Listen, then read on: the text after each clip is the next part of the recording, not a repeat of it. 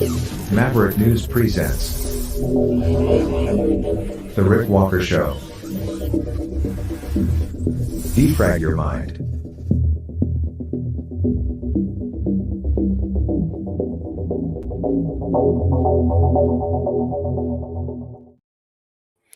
Good evening, Maverick family. Good evening, new viewers from all over the globe. Welcome back to the Maverick News Channel. We have a special treat for you tonight. Big show. We have author Joseph Lenard, who has written thought-provoking, fact-based piece of fiction called Terror Strikes. It's a fascinating piece of work.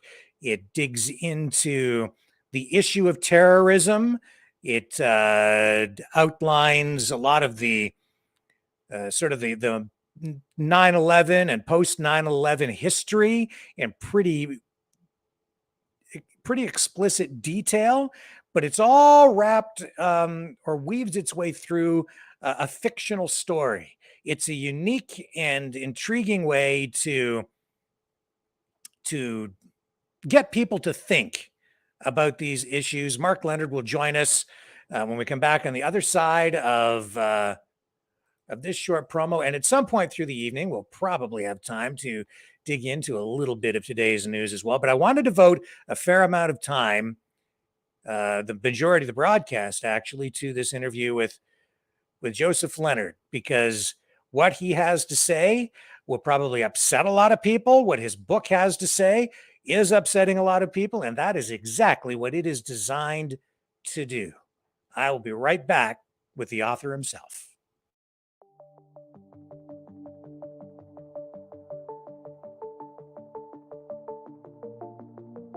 Greetings, brave Mavericks. Our quest for truth continues. We go beyond fake news. Together we expose propaganda. Together we pull others out of rabbit holes. We are maverick thinkers. We are all unique individuals, defenders of individual rights and freedoms, credible, trusted, grounded in reality. Maverick News, defending free speech, Donate at freedomreporters.com. Do it now. Tomorrow may be too late.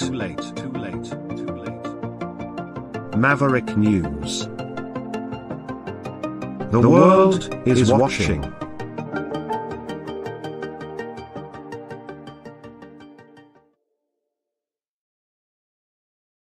Okay, let's not waste any time. Let's get right to it. Let's bring in Mr. Lenard himself. Joseph, how are you this evening? Hello, everyone. I appreciate the opening. I like the defrag because I'm a former IT guy. So, but yeah, first off, I've got to say, Joseph M. Lenard. I have to use my middle initial, and it looks French. It's not Lenard. It's Lenard, like Leonard without the O. So Joseph M. Lenard, and as I said, got to use the M because there is another author, Joseph Lenard, out of North Carolina. So I don't want you to buy his sucky book. Yeah, kidding, of course, right? Got to keep a sense of humor. Oh no, we're serious. Don't buy his stuff. Buy this Joseph M. Lenard's stuff. I mean, I'm aware of his books. I've never read any of them though. His is purely Christian-based audience. Mine is all audiences. Obviously, though, Terror Strikes coming soon to a city near you, based on terrorism. You've got to discuss religion and politics to some degree. And at the opening, you had said about the book and me being controversial and upsetting. And again, yes, the book and me are meant to be. Meant to make people think. No sheeple, right? If you're a sheeple, you can't think for yourself. Leave now. You're just going to be triggered. Right? I'm here, and my book is here to challenge everyone's and others' intentions, motives, your own morality and mortality. And I also want to add, I appreciate a live show. It's so, as opposed to welcome to the book show, tell us about your book, kind of, the same old questions and the answers I could recite in my sleep, pre-recorded interview. And I was on, you're in Canada, Yes. Miss Liz Tea Time. She's in Canada too. A couple weeks ago, had a live show with her, and I want to throw out her name because for my friends up there in Canada, I always used to vacation on Sparrow Lake near Aurelia, north of Toronto. Yeah. R.I.P. Gordon Lightfoot, home of Gordon Lightfoot. And she has a fundraiser for stroke studies and stroke victims. And my father was a stroke sufferer himself. So I want to mention her fundraiser. You could go to terrorstrikes.info/charity and participate in her stroke fundraiser and other things like that. I'm also a co-host of Savaged Unfiltered podcast. Not Michael Savage, Savaged Unfiltered. And we're going to do a Rumble Talk, I call it, live Saturday, tomorrow at noon. It's a Rumble, because you do Rumble live. Yeah. And we're doing TikTok live at the same time. Oh, so okay, it's a yeah. Rumble Talk simulcast. That's going to be a lot of fun. A lot of fun. Well, that sounds great. But let's get into this book here. This is a book within a book, really. It's the fictional side focuses on a journalist who sort of gets a little more than he bargained for when he starts to write about this very subject, terrorism. Can you elaborate on that a little bit for our viewers? Yeah, it's as you said, it's a book within a book. That's an old storytelling method. There's certainly nothing new on my part. We follow Martin, who's a Detroit newspaper man, but this isn't, while it takes place mainly in the U.S., it's an international book about terrorism everywhere and all kinds of terrorism. It's a shame, but, I got to do the disclaimer. I coined the term GIJA, Global Islamic Jihadist Interim Army, in the book. I enter that into the nomenclature, into the lexicon of language, like National Socialist Deutschland Arbeiter Party. Joseph Goebbels labeled themselves the Nazi Socies, and we, of course, then all know them today as Nazis. GIJA flows off the tongue a lot easier than other terms. And, of course, the disclaimer. Not all terrorists are Muslims. Not all Muslims are terrorists. Not all Muslims are Arab. Not all Arabs are Muslims. Blah, blah, blah, blah, blah, blah, blah. Because, of course, people who don't know me, people who've not read my book, of course, the left wants to attack me. That I'm sexist, I'm racist, I'm homophobic, I'm Islamophobic. Well, call up Dawn Williams of the Research Show and ask her about my book, Black Female Muslim American. We get along just fine because she understands what's going on in this book because she's actually read it. Mm-hmm. This isn't about attacking any one group personally.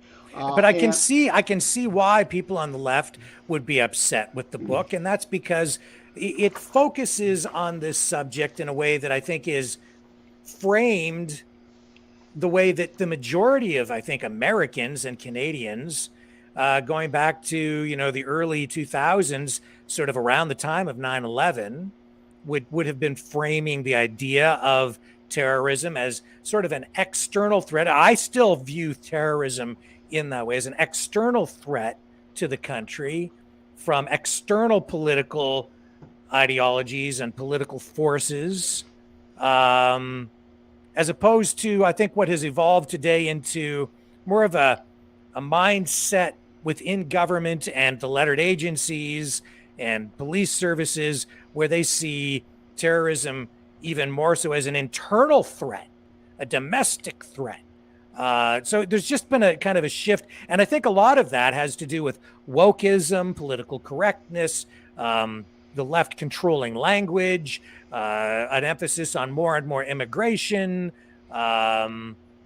So I think those are the factors that kind of play into that. And that's the nonfiction side of this book, because you do lay out all these different incidents, all these different terrorist acts that have sort of taken place. And I think 9/11 was sort of the beginning point for a lot of what you wrote about in this book. Can I get you to comment on all of that? Yeah, there's a lot to digest there.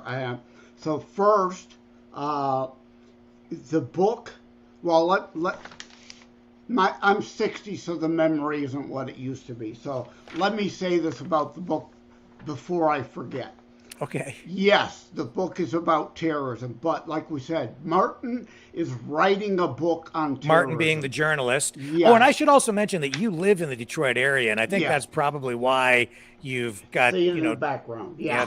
got the book sort of focused there or set there. That's the location. Yeah. But please continue. But yeah, it's an international book, though. It's not just U.S. centric. And I like to say yes about terrorism because, yes, we're following Martin, a Detroit newspaper man who decides to write a book on terrorism. So there's the book within a book. We're following Martin. But I'm a former IT guy, as I mentioned. So there's something new and novel, pun intended, in the book that no other author on the planet has ever done before that we're aware of.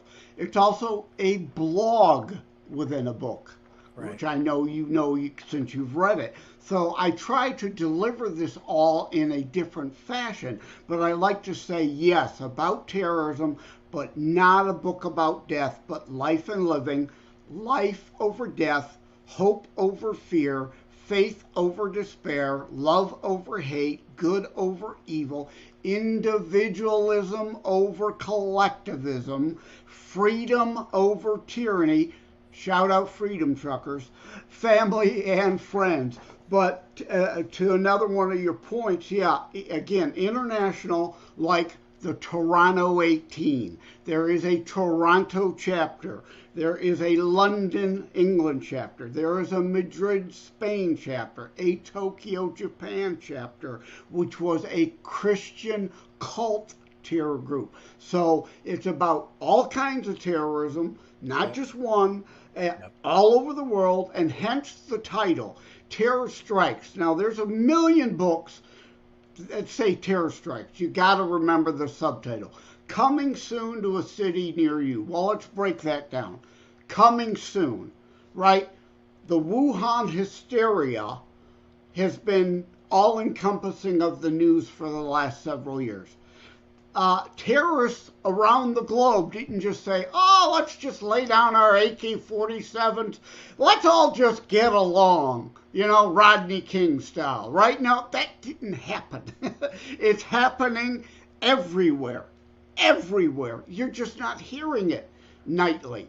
And to a city near you, like East Palestine, Ohio, right?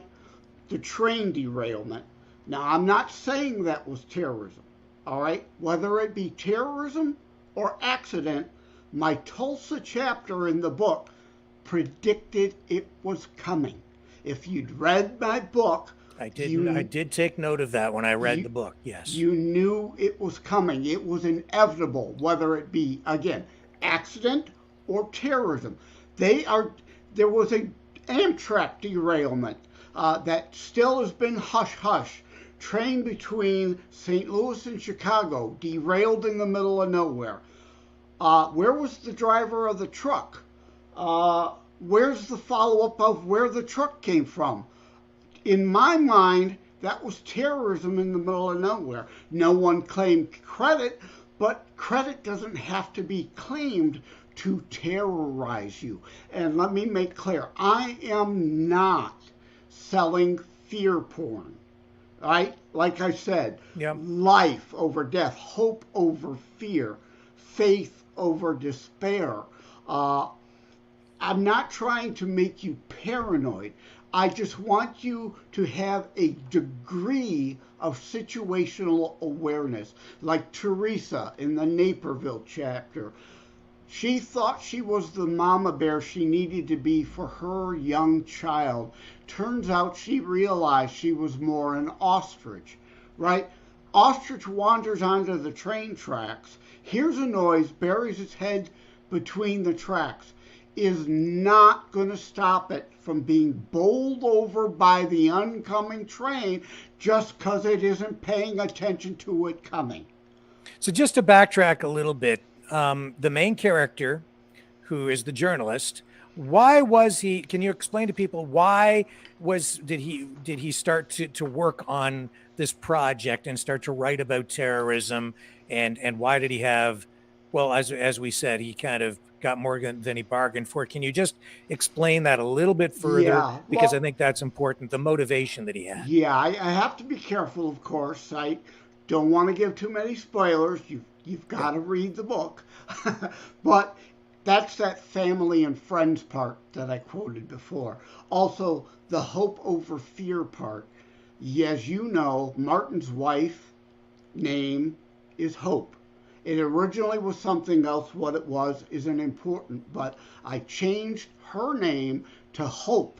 So literally and figuratively, hope is in the book. And it's about him and his family and wanting better lives for them. He's motivated to write a book so that hopefully then they will have a chance at a different job outside in a smaller location, outside the urban center where it's generally safer. But I remind you, coming soon to a city near you. It can happen anytime, any place. Grabbing another piece of paper, because again, the memory. There were over 200 defined as mass shootings in the United States last year. You probably don't hear that stat. All right, here's a couple. Iowa nightclub, Arkansas car show, Vegas hookah bar, Virginia hookah bar. Well, why do I single those out? Those aren't New York City. That's not LA. That's not Toronto. These are smaller targets, off the beaten path targets, soft targets, as opposed to the hardened targets. They know to move to softer targets where they're less likely to be confronted and stopped and or be able to get away once they're done with their deed. So there's all that. And then another thing to go back to the overall. And just to interject for just a moment, that's why the subtitle of the book is actually very relevant and important, because you really are, I guess, issuing a warning or a heads up for people through this book to be aware that terrorism is still a major threat today, where people's focus has sort of been shifted to just other things through the news and the pandemic and so on, but the threat remains. Absolutely. And 2 points. One, I wanted to still go back about the overall point in focus is you talked about mainly the external threat. My book is about also American fascocrats, as I call them, and that's not hyperbole. I have an online article you can look. Go to DuckDuckGo, bring up the Communist Manifesto, the National Socialist Deutschland Arbeiter Party platform, and today's Democrat Party platform. Yeah, the language is all, different to disguise the fact that they are actually pretty identical. 28 planks of the Nazi 1930s platform is in today's U.S. Democrat Party platform. So fascocrats is the exact right term, and they are as equal a threat from within as foreign terrorists are from without. But again, this is not just about U.S. I say that in terms of leftists everywhere, the political spectrum. You know what we have to do?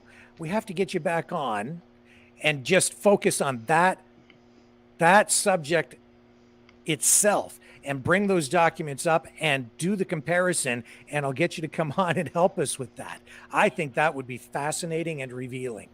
Yeah, it's it's the political spectrum. The left likes to engage in psychological projection. Everyone that ain't them, they call Nazis. But as I point out, they do so to dodge, deflect, distort, distract, deny that Antifa are Hitlerian brown shirts, El Duce black shirts.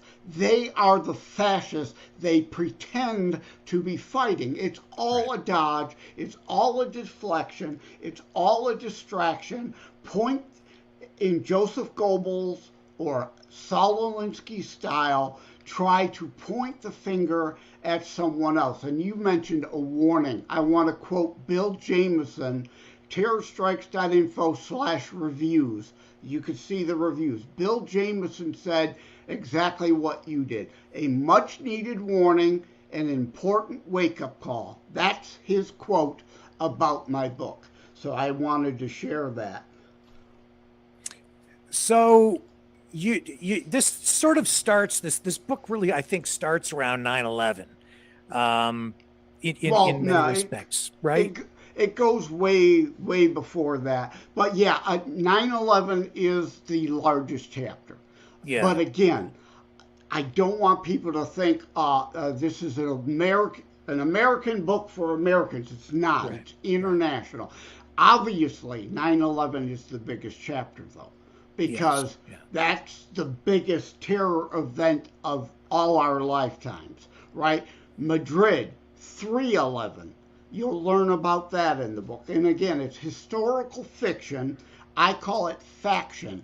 And as you kind of alluded, the historical aspects help set up the fictional aspects and lend them credibility, and vice versa. The fictional driving story gives me an opportunity to present facts that people may not have ever known or just have forgotten. So it's meant to be part history lesson, because, I don't buy the history repeats, but I do like the line. I can't quote who came up with it, but history may not repeat, but it sure does rhyme a lot. Yes. And if you fail to learn from history, you are doomed to repeat it. And that's why our schools are so bad.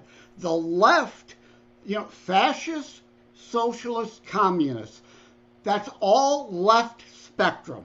Anarchy is on the far right. Yep. No government, complete individual sovereignty, every man, woman, and child for themselves. Yes. The American and Canadian systems are meant to be slightly to the left of that far right. We had the Confederate Articles of Confederations, and then those were too loose, so we then had the Constitution for the Judeo-Christian foundation of a constitutionally limited republic. Not a democracy. The word democracy does not appear anywhere in this book because we are not a democracy. But again, it's not about U.S. only. It's about all Western culture being undermined. Yes, I think that's very important. And I like the way that you've taken this ideology, the political history, different concepts, and I think your worldview and your political views as well, and you've kind of woven them through the book in a very engaging way. It's not dry, so you're able to present these subjects to the reader in a way that is thought-provoking and engaging, and even to a degree, I hate to use the word, but it is entertaining because of the fictional side of this, right? Well, yeah, it's a book. At the end of the day, it has to be entertaining. But at the same time, you want to deliver some sort of message in this story. But yeah, Martin is not me. I am not Martin. Life imitates art, and art imitates life to some degree in the book, yes. But as I said, it's meant to be controversial. I hope that potentially there is something upsetting to everyone in this book. Because again, it's meant to make you think. I'm reading again. To challenge your own and others' intentions, motives, your own morality and mortality. So I hope to piss off everyone through fictional aspects of this book. And since we were talking about the political spectrum there, I want to throw in, did you see the movie Guardians of the Galaxy 3 yet? No, I've seen promo for it, but that's as far as I've gone. Okay, yeah. I don't want to give a big spoiler. It's in the preview, so I'm not giving anything away.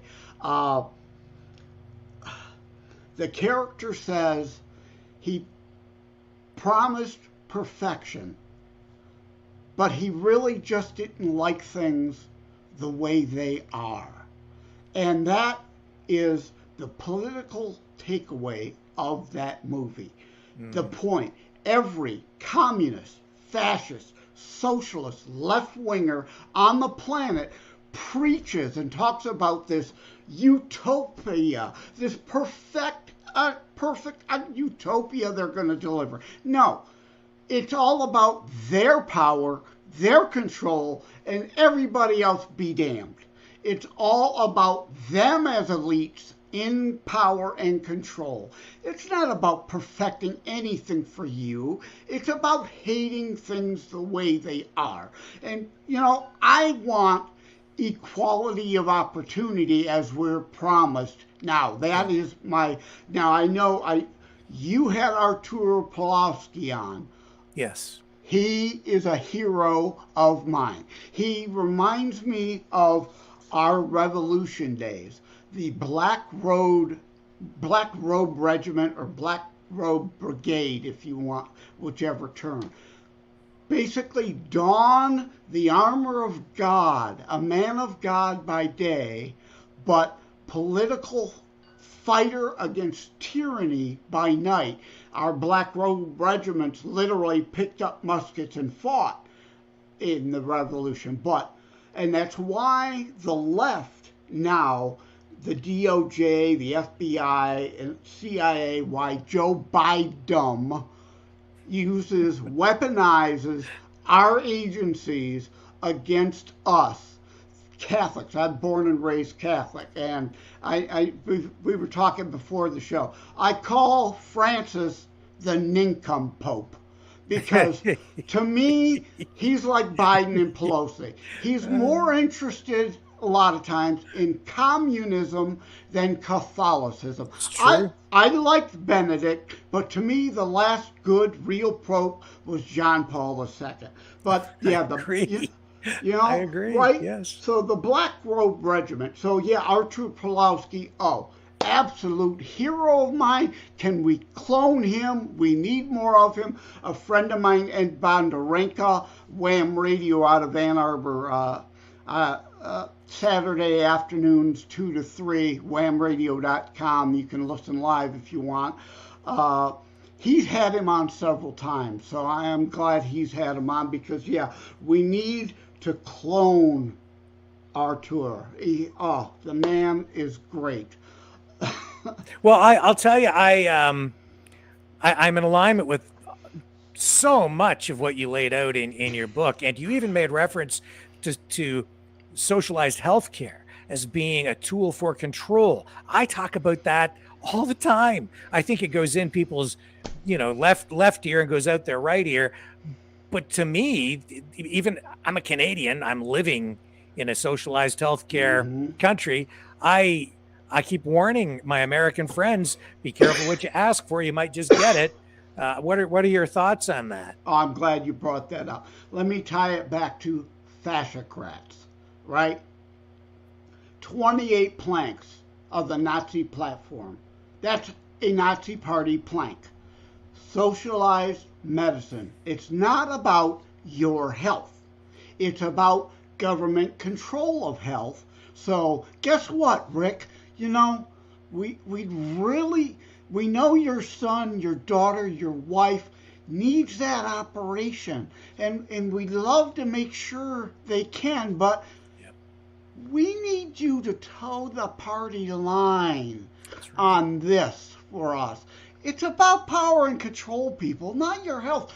When the hell are people going to awaken from their drunken, woke stupor? Yeah. That's exactly right. And we have, situations right now where people need organ transplants and they're being denied simply because they won't get the thing in the arm, which I can only say thing in the arm because we have another level of fascism upon us imposed through censorship on these social media platforms. So I have to be very careful what I say. But isn't that horrific that you can't get an organ transplant in Canada unless you get the thing in the arm? They'll let you die. I already may have gotten us in trouble because I know you're carried on YouTube by mentioning that place over there where that all came from. Yeah, well, we've mentioned that from time to time. They've been leaving us alone on that front, so I'm not too worried about it. But it's a terrible environment. But please go back. Please continue with your thoughts on the socialized healthcare. Well, I don't know what else. I mean, there's not much more to say, but Obamacare, or as I call him, Obama, M-O-A, A-B-A-M-O-A, right? Maoist, Xi Jinping. Yes, exactly. Who's he? I'm having a mental block, but whatever. I think you understand where I'm going. Yes. Again, it was all about power and control, and Obamacare, as I call it, was designed to fail from the start. It was meant to be a stepping stone, and don't take my word for anything. I'm a Reagan guy. Trust but verify. Don't believe anything I say. Go look for, and not Google. Google suppresses results. My articles, suppressed by Google. All right? Go to DuckDuckGo, Jibberoo, or FreeSpoke and look for yourself these facts. They said it themselves. It was designed to fail to bring in Medicaid for all. Yeah, they like to call it Medicare for all. It's not. It's Medicaid for all. And again, like everything the left does, it doesn't elevate anything. It always tears down. Everybody, of course, the elites will still have their private hospitals, right, to go to and the best of care. But all the rest of us get Cuba care. So this current political environment we find ourselves in, where things have, over the last few decades, they become more and more politically correct. We have, really neoliberal, fascistic wokeism upon us. Has this political shift left the West more vulnerable to terrorist attacks? Oh, I think so. Again, we kind of, before the show, we talked a little, and I mentioned about Biden weaponizing and going after Catholic churches because, again, they're afraid of the Black Robe Regiment coming back, that the Catholic churches finally stop the woke political correctness garbage and go back to the roots. Pope John Paul II fought communism with every fiber in his body because it's not biblical. Spare me the Jesus was a socialist manure. You're taking scriptures out of context. Context matters. You don't get to say, judge not lest ye be judged, because that's not the whole scripture. And there's 12 other scriptures that provide context that you are to judge biblically and vote biblically. And they're afraid of the church actually returning to that message. So they want to label me, a white Christian straight guy, as a domestic terrorist, when they're, of course, the ones trying to usher in a left-wing fascistic government. They want to, it's all upside down world. The patriots are called terrorists, and the terrorists are supposedly the good guys here. No, that's, and I'm glad you mentioned like the censorship and the wokeness. There's a chapter called El Adiyah. That is Arabic for the propaganda. And I'm not just talking about foreign propaganda. I'm talking about the woke leftist propaganda in Western culture. Again, not just the U.S., Canada, England, Spain, France. Our mainstream media are all on the left. I mean, and they buy into this and they spin everything to the woke, left, communist, fascist, socialist propaganda side of things. And you've got to understand that. So that creates a bit of a dilemma because it blurs the lines of terrorism. It blurs the definition of what terrorism is. It makes it difficult for people to identify what a terrorist is. We see, governments passing new laws to target specific groups who might be political opponents, I think, but traditionally have never before been classified as terrorists, while at the same time, groups that before were supposed to be enemies of the state are now becoming almost like allies or victims, which then get a place in the identity politics, postmodernist hierarchy of victimhood, and therefore more power within society. Everything is literally being turned upside down. Yeah. So how the heck do we deal with this as a society? People are confused. It makes it difficult for people to even figure out what to do politically to push back against any of this to restore the republic, or in the case of Canada, the Dominion. Yeah, I'm so, Please keep fighting Premier Blackface. Trudeau's got to go.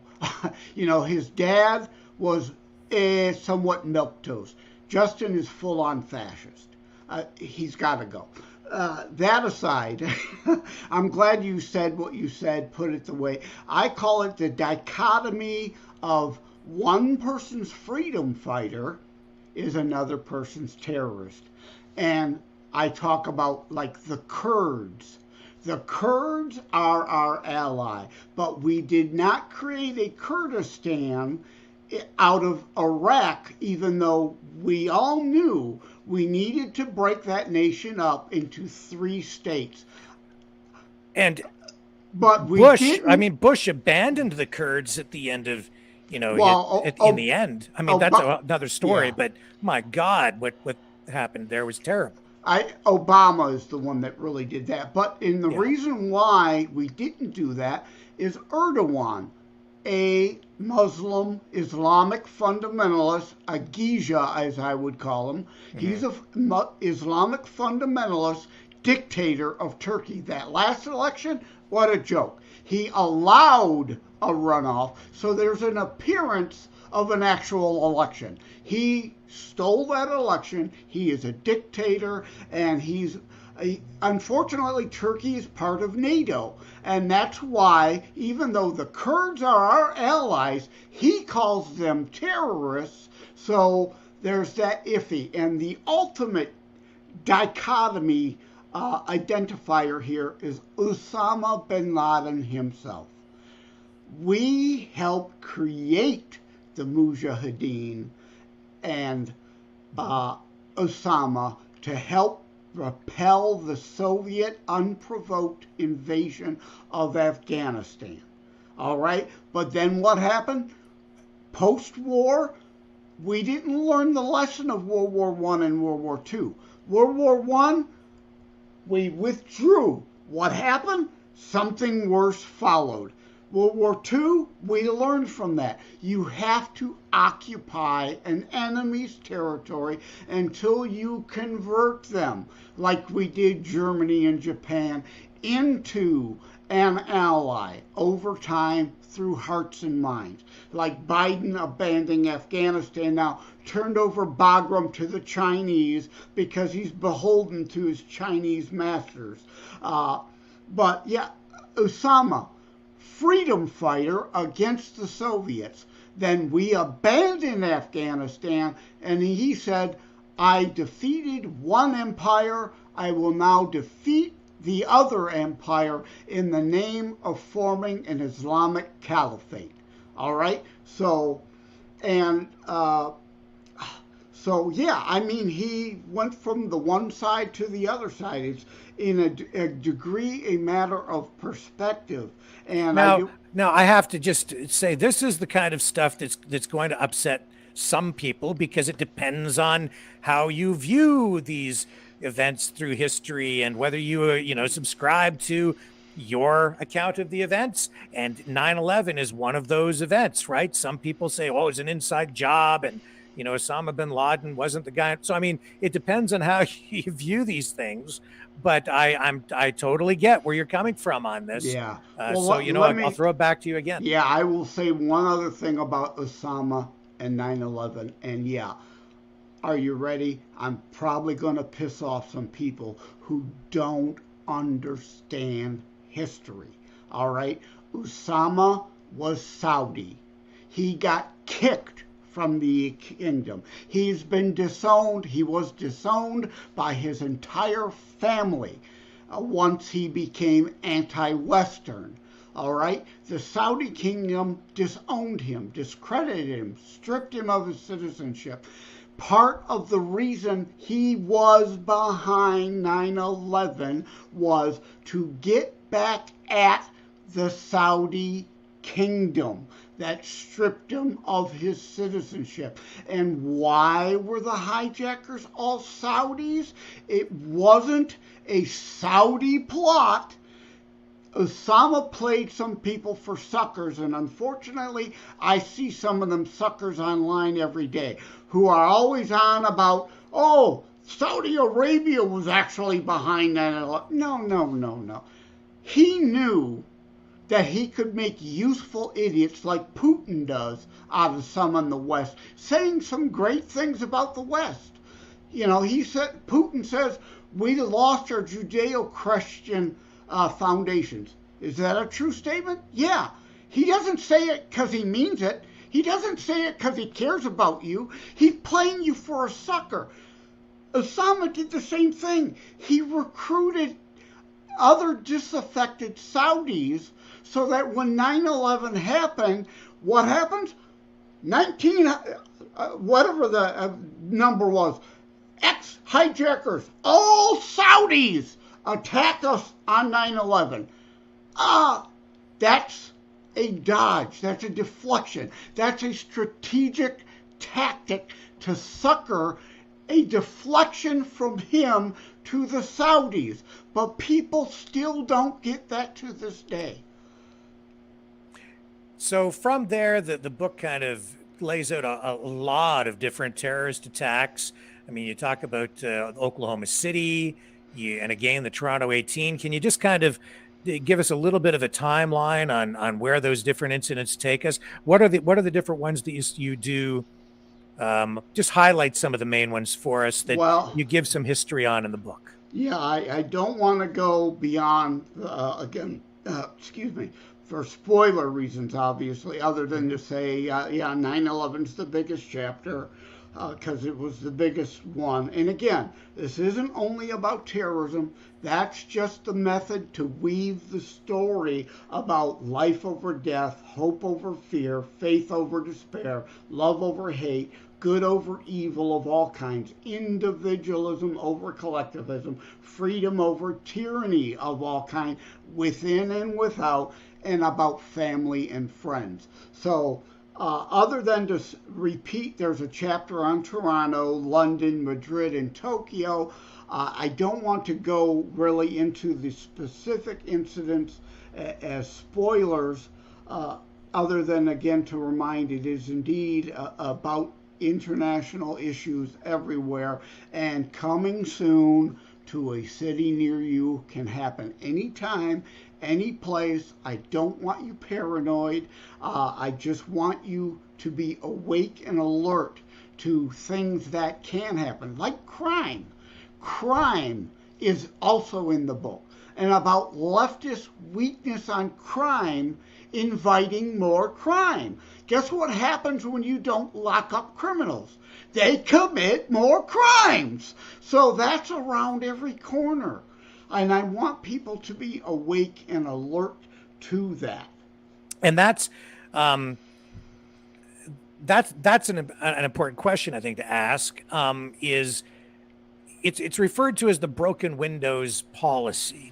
And that is to, well, I'll let you kind of explain what is meant by that, because that's a concept or an approach that was taken to policing in New York City by Rudy Giuliani and some other police services, where, you know, they know that if they focus on minor crimes and they enforce laws like like literally a broken window, they're often nabbing the criminals engaged in those smaller crimes at that point before they commit more violent or more serious acts that victimize people. Yeah. Would you say that it's maybe desirable or it would be beneficial to apply that same concept to preventing terrorism? And give me an explanation as to why. Yeah, well, the broken windows policy overall, yes. The guy jumping the turnstile at the subway is a criminal. It's a criminal mindset. You and I aren't doing that. And if you let these petty criminals continue to get away with the broken window, or the jumping the turnstile, or the lifting of a Twinkie from the local convenience store, guess what? They then see, hey, I can get away with all this. They escalate to other crimes. It's like gateway, right? You know, not everyone that does marijuana graduates to cocaine or heroin, but everyone that does heroin most likely started with marijuana. So, you know, people say marijuana is a gateway, right? Now, obviously, not everybody that does marijuana escalates. But yes, the guy jumping the turnstile, if you catch him, you lock him up, you pressure him, you find out generally they have indeed engaged in other crimes. Sometimes massive, bigger crimes. And you catch the turnstile jumper, you break them down, you land up finding out through fingerprints or DNA, they assaulted somebody. You lock them away long time for that then, before they assault 20 more people. It reduces crime overall. But people don't, have not learned that history. Again, it may not repeat, but it rhymes. If you don't understand history, you repeat it. And today the left wants to say, oh, the criminal's really just a victim of whatever, and we should just pat him on the head. Oh, we know really you're really a good boy. You're just a victim. And if you try to coddle them, it's like with terrorism or enemy states.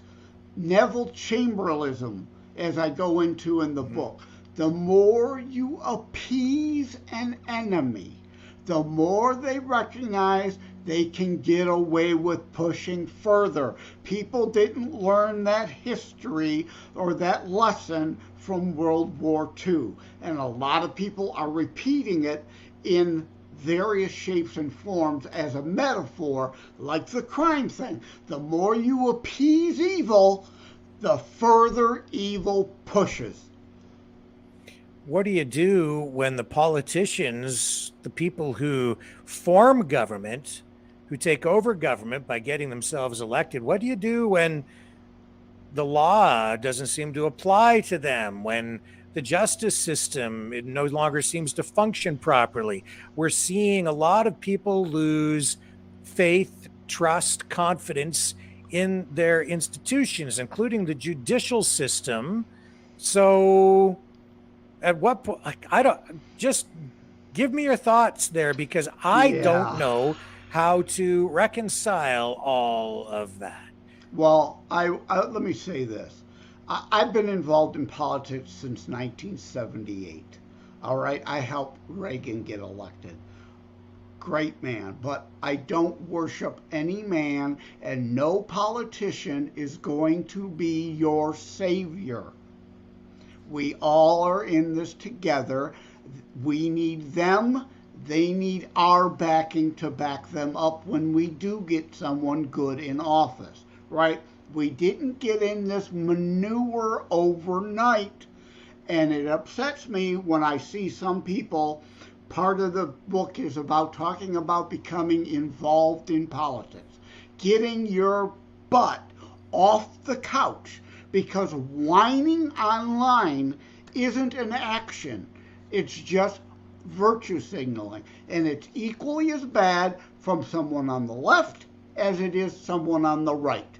You've got to be involved, and it's going to take a long time. Now, let me, I don't know how much you see of the political fight here regarding the Republican primary for the president for 2024.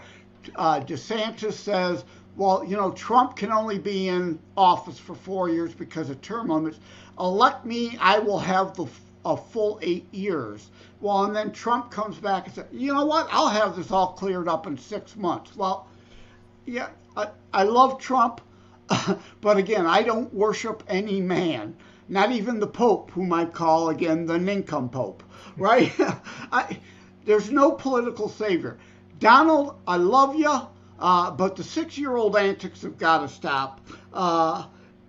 You're not going to get, he can get some things done, undoing illegal executive orders that Biden and Obama did. All right, some things he can clean up in 6 months.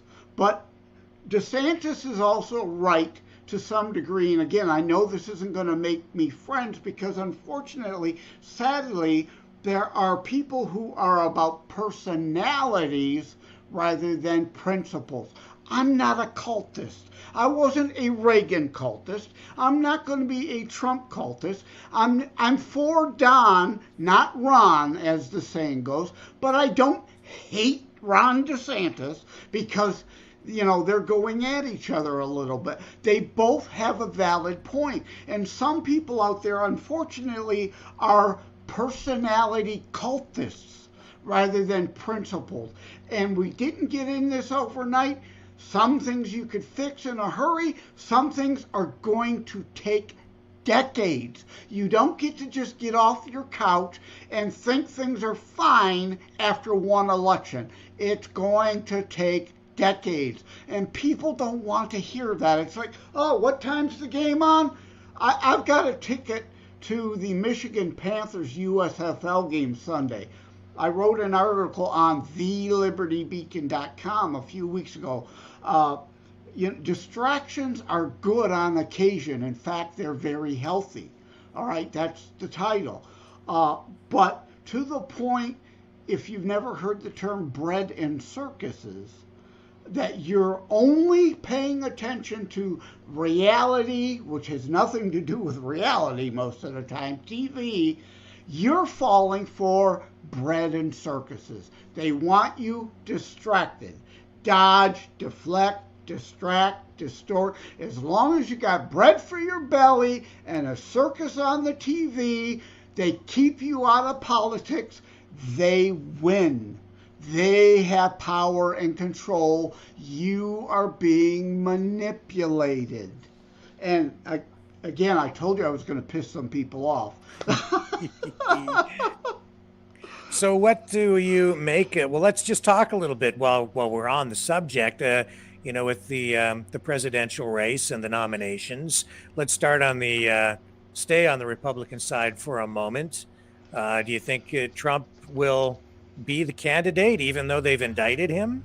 Yeah. Let me finish that other. Again, I got a ticket for the Michigan Panthers game because again, occasional distractions are needed.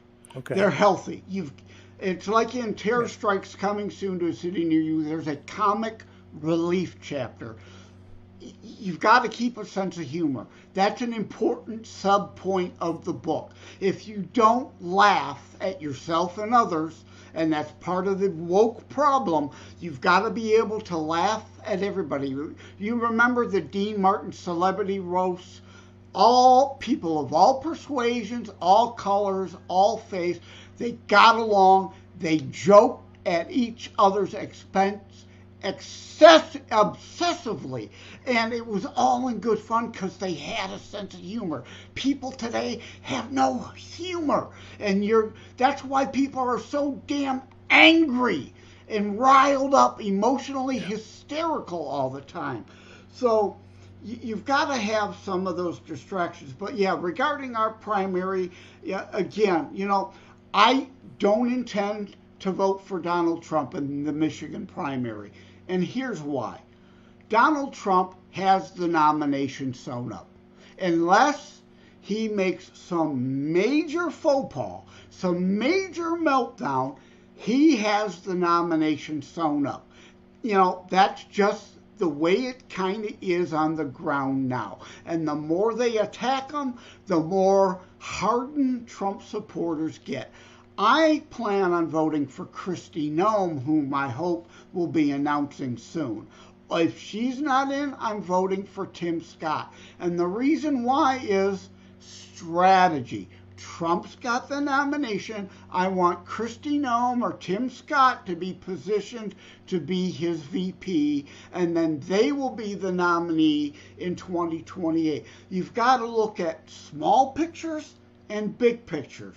It's all about strategy. You can't just focus on the here and now. You've got to look at a big picture, right? So I think Trump's got it. And these people who are saying, oh, the dream ticket, Trump DeSantis, a unity ticket. They come together. Love, harmony, we're all singing Kumbaya. It cannot happen. People, there are laws and the Constitution. You cannot have a president and vice president from the same state. It can't happen. It's not happening. Trump nor DeSantis are going to move from Florida. They cannot be on the same ticket. That is why Dick Cheney moved from Texas to Wyoming so that he could be G.W. Bush's VP, because they cannot be from the same state. And I wholeheartedly, 100% agree with that. It's an issue of states' rights and no one state garnering too much power over others. Statism in the true proper sense versus federalism. Fascia federalism, as I call it today. Well, I don't think that DeSantis and Trump would work well together anyway. No. They're both very strong figures, and I think they would clash, but that's my opinion. Well, let me lay out my dream scenario. All right? Trump Noem 2024. Noem Scott 2028 through 2032. Scott DeSantis 2032 through 2036. Then DeSantis, whomever after that. Because again, there are things we will be able to fix in short order, and there are other things based on our system of government You cannot get things done except for over decades' time. The 13th, 14th, 15th Amendment to the Constitution that freed the slaves, gave them the right to vote, also known as the Republican Amendments. The abolitionist party that was formed from the Whigs with Lincoln to end slavery. It took forever fighting. The Democrats fought those amendments every step of the way. It takes a long time to get some things done. And a balanced budget amendment is going to have to be a constitutional amendment. That's going to take decades. Our Senate is set up so that one senator can filibuster, like the Democrats filibustered the Civil Rights Act endlessly till Lyndon B. Johnson, a Democrat, said famously, and I'm going to upset some people because I'm going to use the word, he said, I'll have those niggers voting Democrat for the next 200 years. What did he mean? He told the senators Democrat senators, don't filibuster it. It's a Republican act. It passed the majority Republican votes, a few Democrats. The Democrats didn't filibuster it so that Johnson, but they all voted against it. But Johnson then signed it. All right? Again, a dodge, a deflection, a distraction, a distortion of their history, of who they were. They were the Confederate slave states that wanted to preserve slavery.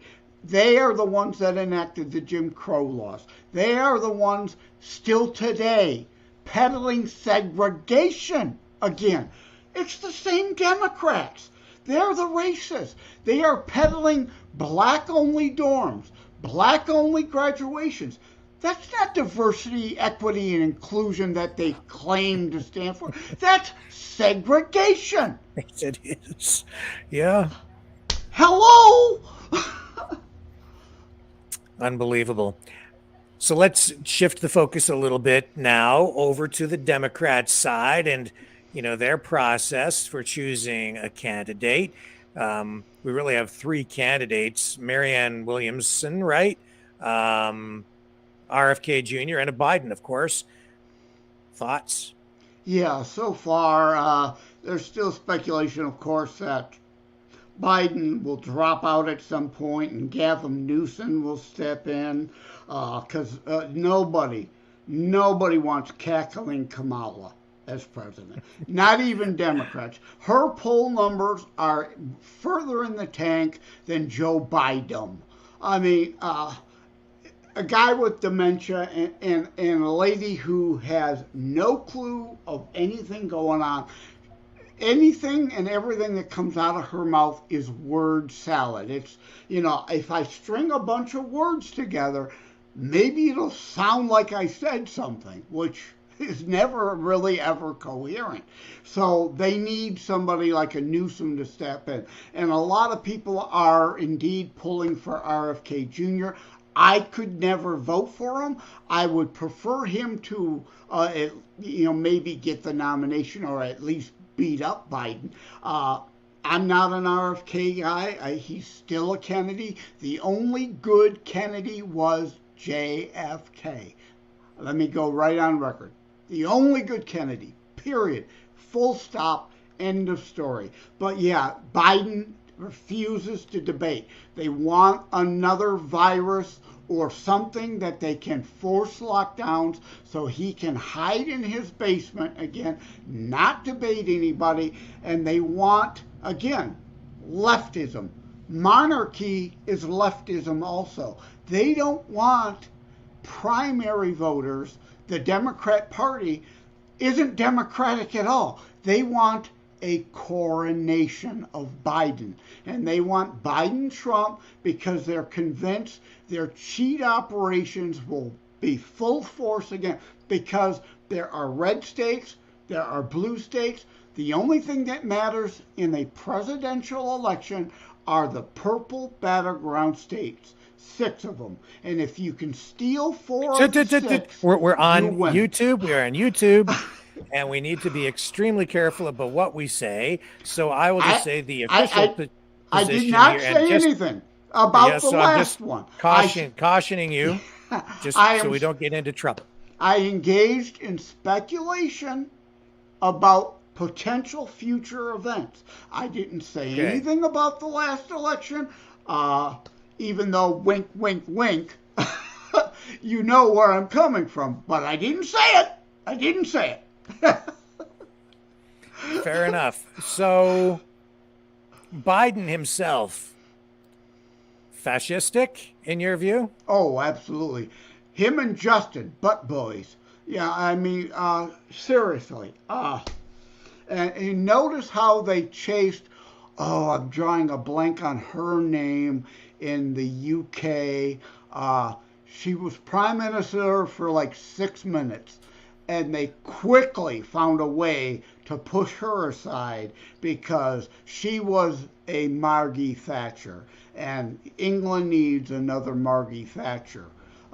And so they quickly brushed her aside. LeMay, I think, was her name. No, right? Liz Truss. Oh, thank you. Again, 60 years old, things kind of fall out my ears. I don't remember them right. That's why I write them down in a book. But yeah, Liz Truss, you notice how quickly they just pushed Rosanna her Enns off. Kron is criticizing me, and I'm sorry, Rosanna, but that's the reality of YouTube. I don't make the rules on YouTube or Facebook. Those are just the rules. No, I'm sorry. Like, oh my gosh, come on. Well, I don't want the channel banned, and we've already had a number of strikes and more serious things than that happen here. So I just caution the guests to choose their words carefully. We can talk about whatever we want to talk about here.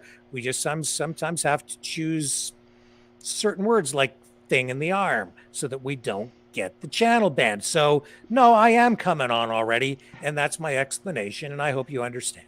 Oh no, thank you for saying not you, that. but I mean the viewers. No, but I'm glad she said that so that you react. I have a YouTube channel. I'm on 15 different social media platforms: YouTube, Rumble,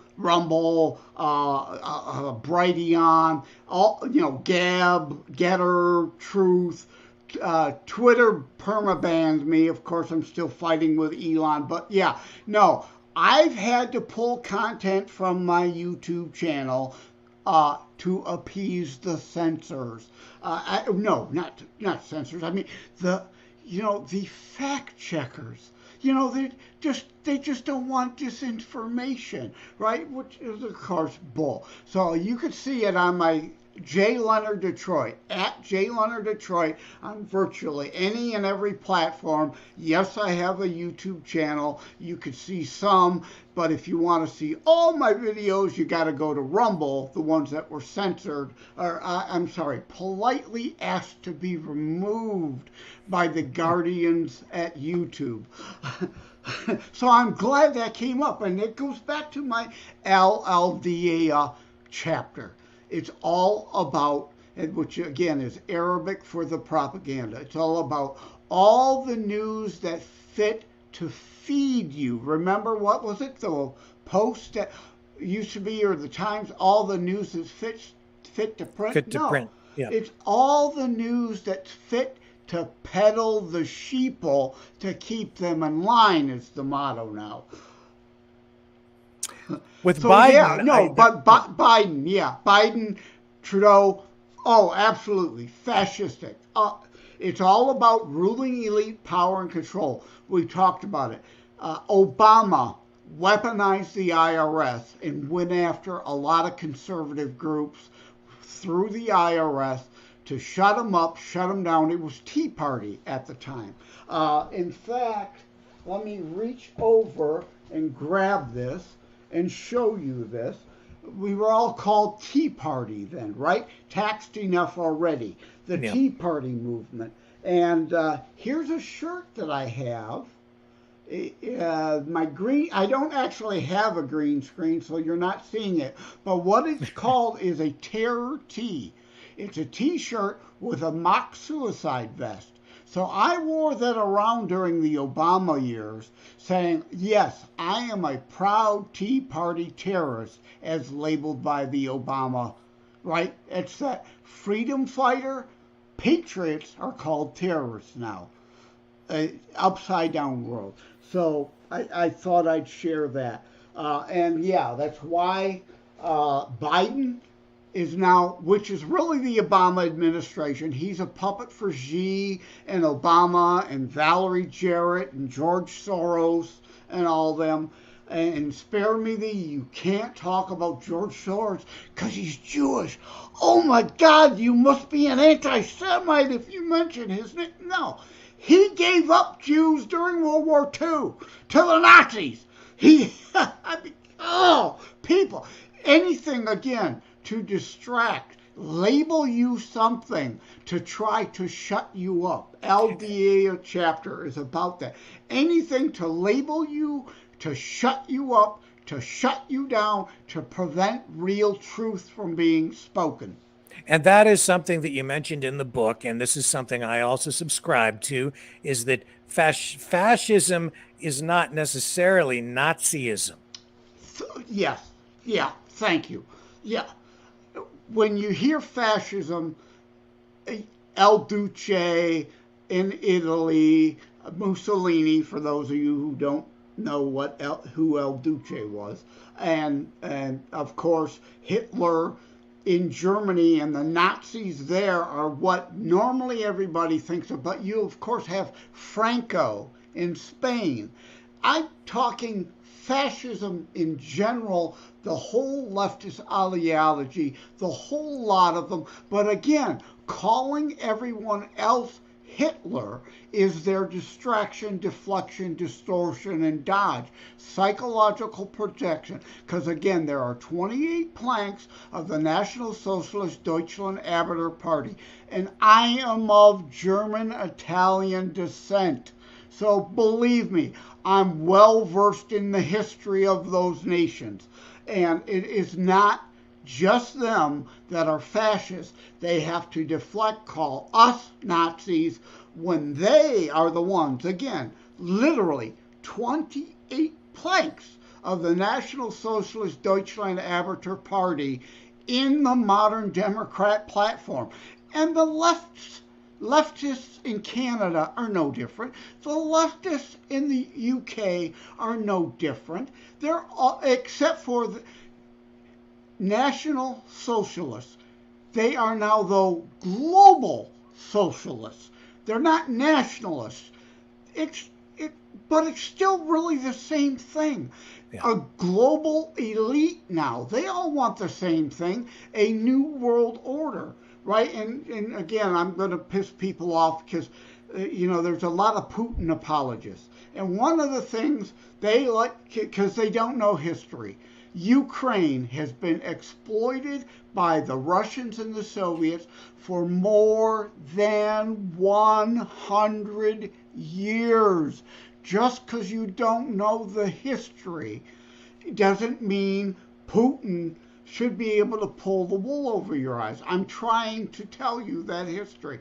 And I forgot where I was going with this now. But, again, but it's distraction and distortion, all about, NATO encroachment. NATO has only ever been invoked one time, Article 5, the Afghanistan invasion. It's purely defensive. Spare me the encroachment thing. Putin is more like Hitler, but unfortunately, there's a lot of Biden derangement syndrome. I said, I am about principles, not personalities. Just because Biden is corrupt, and he is, Zelensky, he's corrupt, he is, all right?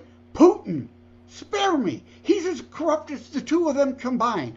Putin literally assassinates people. Putin is a dictator. Again, spare me he was elected. So was Hitler. So was Erdogan. Putin was president for 8 years, then his puppet Medved was president, while who was the prime minister? Putin, and then Putin came back again. Yeah, sure, he probably got elected fair and square the first time, but it's not fair and square now. Putin is not a Christian. I hate to break it to people. A lot of people say, Zelensky is Jewish, so there's some anti-Semitism involved here. Let's just be honest, all right? So people want to support Putin all of a sudden because that means they're anti-Biden. I don't work that way. I know the history of the exploitation of the Ukrainians for 100 years. I know Putin's ideology in promising to restore the Soviet Republic, and he's been working on that. So any excuse, Putin's not a Christian, but Putin's not stupid. He, like Osama, fooling people by recruiting Saudis, so you blame Saudi Arabia and not him. Putin wants to, blame other forces. He learned from history. He knows the history of the collapse of the Soviet Union.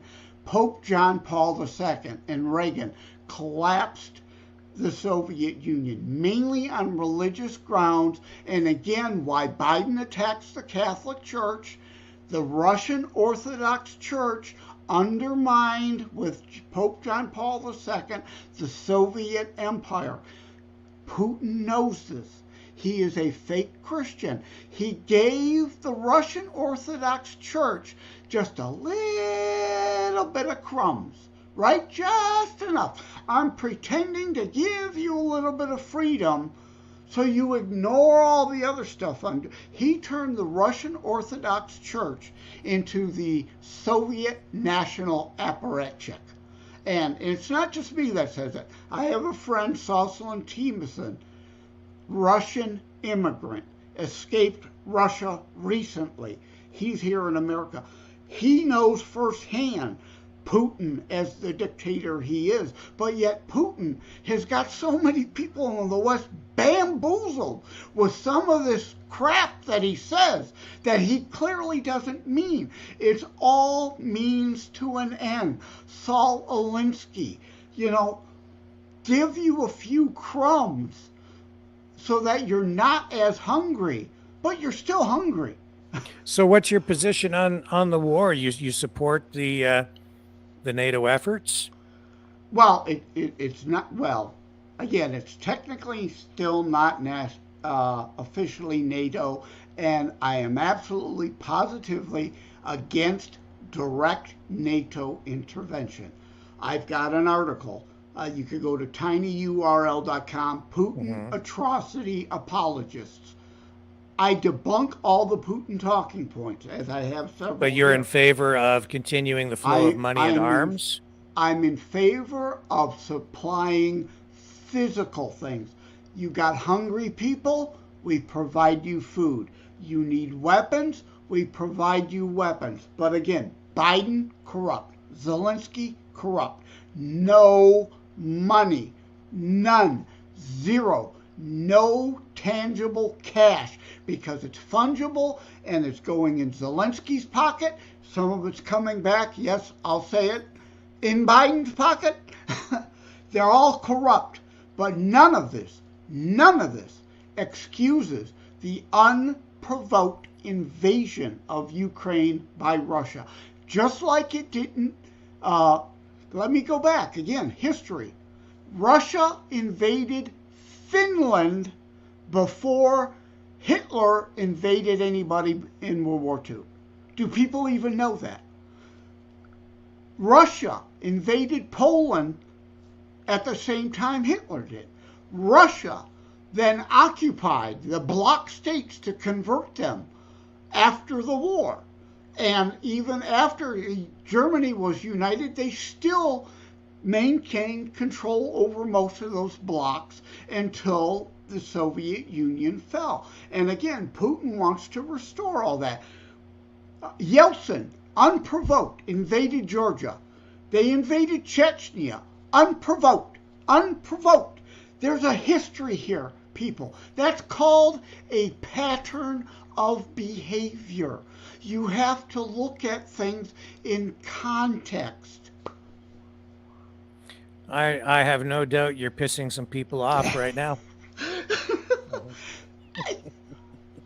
Please, anybody, I dare you, refute the facts. I just dealt in facts, not feelings.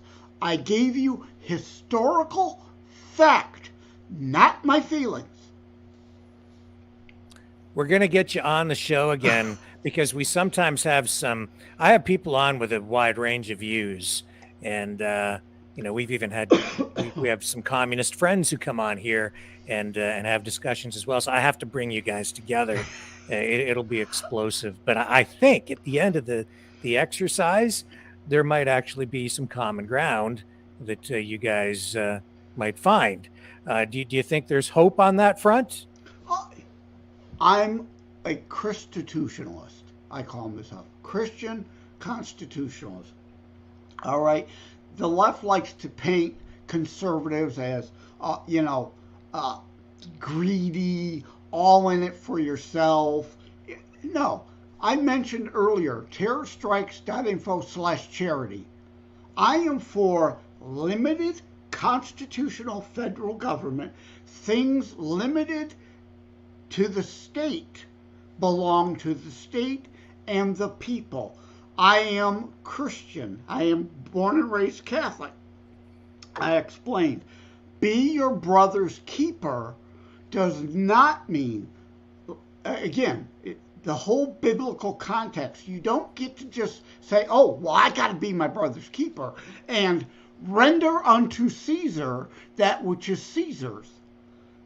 I don't get to just put those two together and say, oh, let the Romans do it for me. That's not how it works. Jesus was not a socialist. He turned over the tables. He upset the system. He was anti-government. It is our duty to help people. So should we help our neighbors? Absolutely. Me and a communist will agree on that. I just don't believe that it's okay for Steve to rob from Eve to give to Jane on my behalf. That's my job. That's our job. Not you to be lazy and let the government jackboot thugs steal and decide who they're giving to. And of course, they're taking their cut off the top first. So only crumbs, again, bread and circus, crumbs get to the bottom, people. Charity is the way. Most charities, and there's bad ones. That's why I've got my charity page, good vetted charities, where 90% of all monies taken in go to the cause they say they are, rather than like, say, the Clinton Foundation, where they took in billions for Haiti earthquake relief. But to this day, decades later, Haitians are demonstrating outside the Clinton Foundation because what happened? Pennies got to Clinton cronies in Haiti, didn't get to the people. That's like government, and it takes a village. Let me go off on that. A great biblical concept. Yes, it takes a village. It takes me, it takes Rick, it takes our friends, it takes our family. It may take the neighbor next door's kid to babysit my kid to raise that child. It does not mean the fascistic state like Hillary Clinton warped it. It doesn't take the fascist village ruling elites to raise the child. But if we have, and you've said this, fascistic government, if we have a fascistic style or system or a fascistic leader in Joe Biden, do you not see a possible connection between that and actual Nazis in Ukraine? who are part of battalions like the Azov Thank- battalion. Oh, Do you want thank to you. address that? Thank you, thank you, thank you, thank you. All right.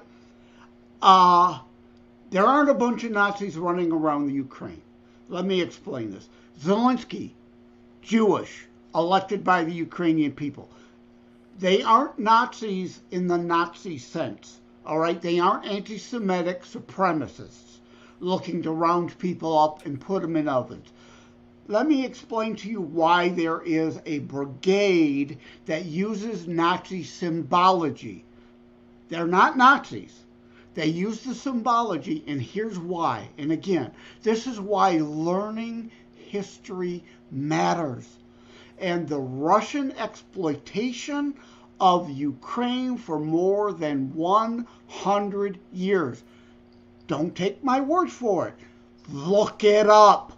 All right? See the movie Mr. Jones. All right? That battalion uses Nazi symbology not because they're Hitlerian Nazis. They use it because they saw Hitler and Germany as liberators from their Russian oppressors. That is paying homage to those who liberated them against the Russians. And that brigade only exists where? Along the Russian border.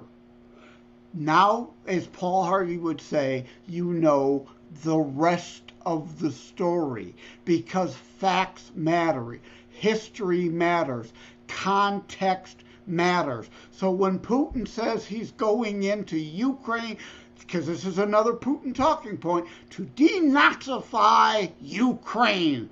Well, I ask of you, maybe Putin should invade California next, because I've been to California many times, and there are more neo-Nazis in California than there are in Ukraine, people. I've been there. I've seen the parades.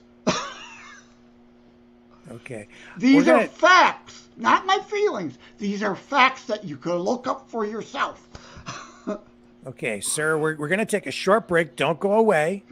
We're going to come right back, and we're going to continue this discussion and see where this goes. Let me throw out one last thing before we go to break. Again, you and I, we don't have to agree on everything. Again, I'm trying to piss people off. Literally, I want you to be pissed off because it means you're thinking. You're thinking. I'm challenging you. I want you to challenge me because guess what? I have made mistakes in my life. I'm not perfect either. No one is. Okay. Hang tight. We'll be right back with more from Joseph Lenard, author of Joseph M. Lenard, author of Terror Strikes. We'll be right back.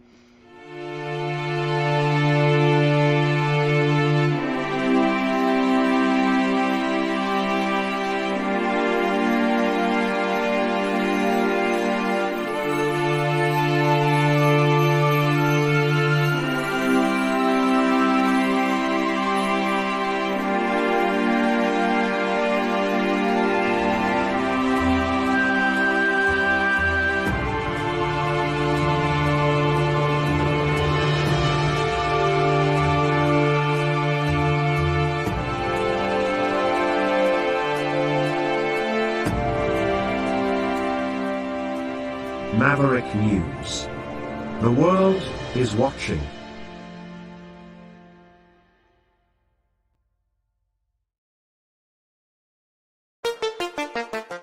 The New World Order. Government overreach. The Great Reset. Mainstream media lies. Now more than ever, independent voices are needed. Donate now at freedomreporters.com. That's freedomreporters.com. Maverick News. The antivirus program for your mind.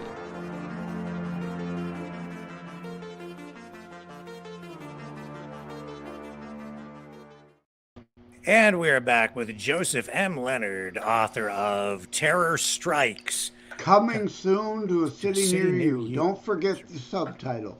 Because again, there's a million books that say Terror Strikes, and you'll get lost in the page upon page upon page if you don't remember Coming Soon to a City Near You. And I'm glad you played that break because you triggered something in me. Okay. All right. So two things, but because we're an hour and a half in, I'm afraid we probably lost a lot of people. So before we go too far, if you're in the U.S. watching this, you could go to terrorstrikes.info/shop. All right. You could get an autographed copy. Use promo code Maverick at checkout for 15% off and free shipping. Now, you're in Canada, so of course you labeled Amazon, amazon.ca, all right? But, you know, if you've got a local bookstore, go to them. This book can be ordered by any bookstore. If you've got a mom and pop bookshop still alive anywhere close to you, please buy it through them if you can. Other places now, terrorstrikes.info/shop. Anywhere in the world, this is an international book, there's a link for international sales. Several pages. Africa to New Zealand to Australia. I do well through Booktopia in Australia. Abe Books is a good international retailer. But I want to mention to your audience, or especially, a place called bookdepository.com. They currently, or at least last time I checked, offer free shipping worldwide. Now, obviously, they have got a network of affiliates because international shipping costs you more than the book costs. It's ridiculous. So check out bookdepository.com if they're still offering free worldwide shipping. They're a great place to order the book anywhere in the world. But again, Maverick promo code if you're in the U.S., terrorstrikes.info/shop. But what triggered me in your break was New World Order. All right? And I'm going to piss people off again. Okay. I'm going back to Putin. I hear people all the time, oh, yeah, I'm against Biden. I'm pro-Putin. I'm pro-dictator. I'm pro the guy who wants to put the Soviet Union back together and put all those people back in chains because he says he's fighting the New World Order. The buzzword, right? Well, Putin's not against he's against the New World Order in Biden and Trudeau getting to run it. Putin and Xi have their version of the New World Order that they want. Hello, people.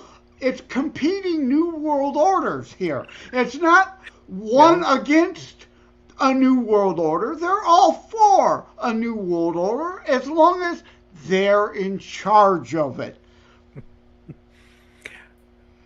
I'm glad you got a laugh out of that. I hear what you're saying. I mean, like these guys on the other side, they're not saints. They're not. No. I totally get it. I see all the world leaders as a bunch of gangsters. That's what I see. Yes. Again, Biden, corrupt. Zelensky, corrupt. Putin, corrupt. Xi, corrupt.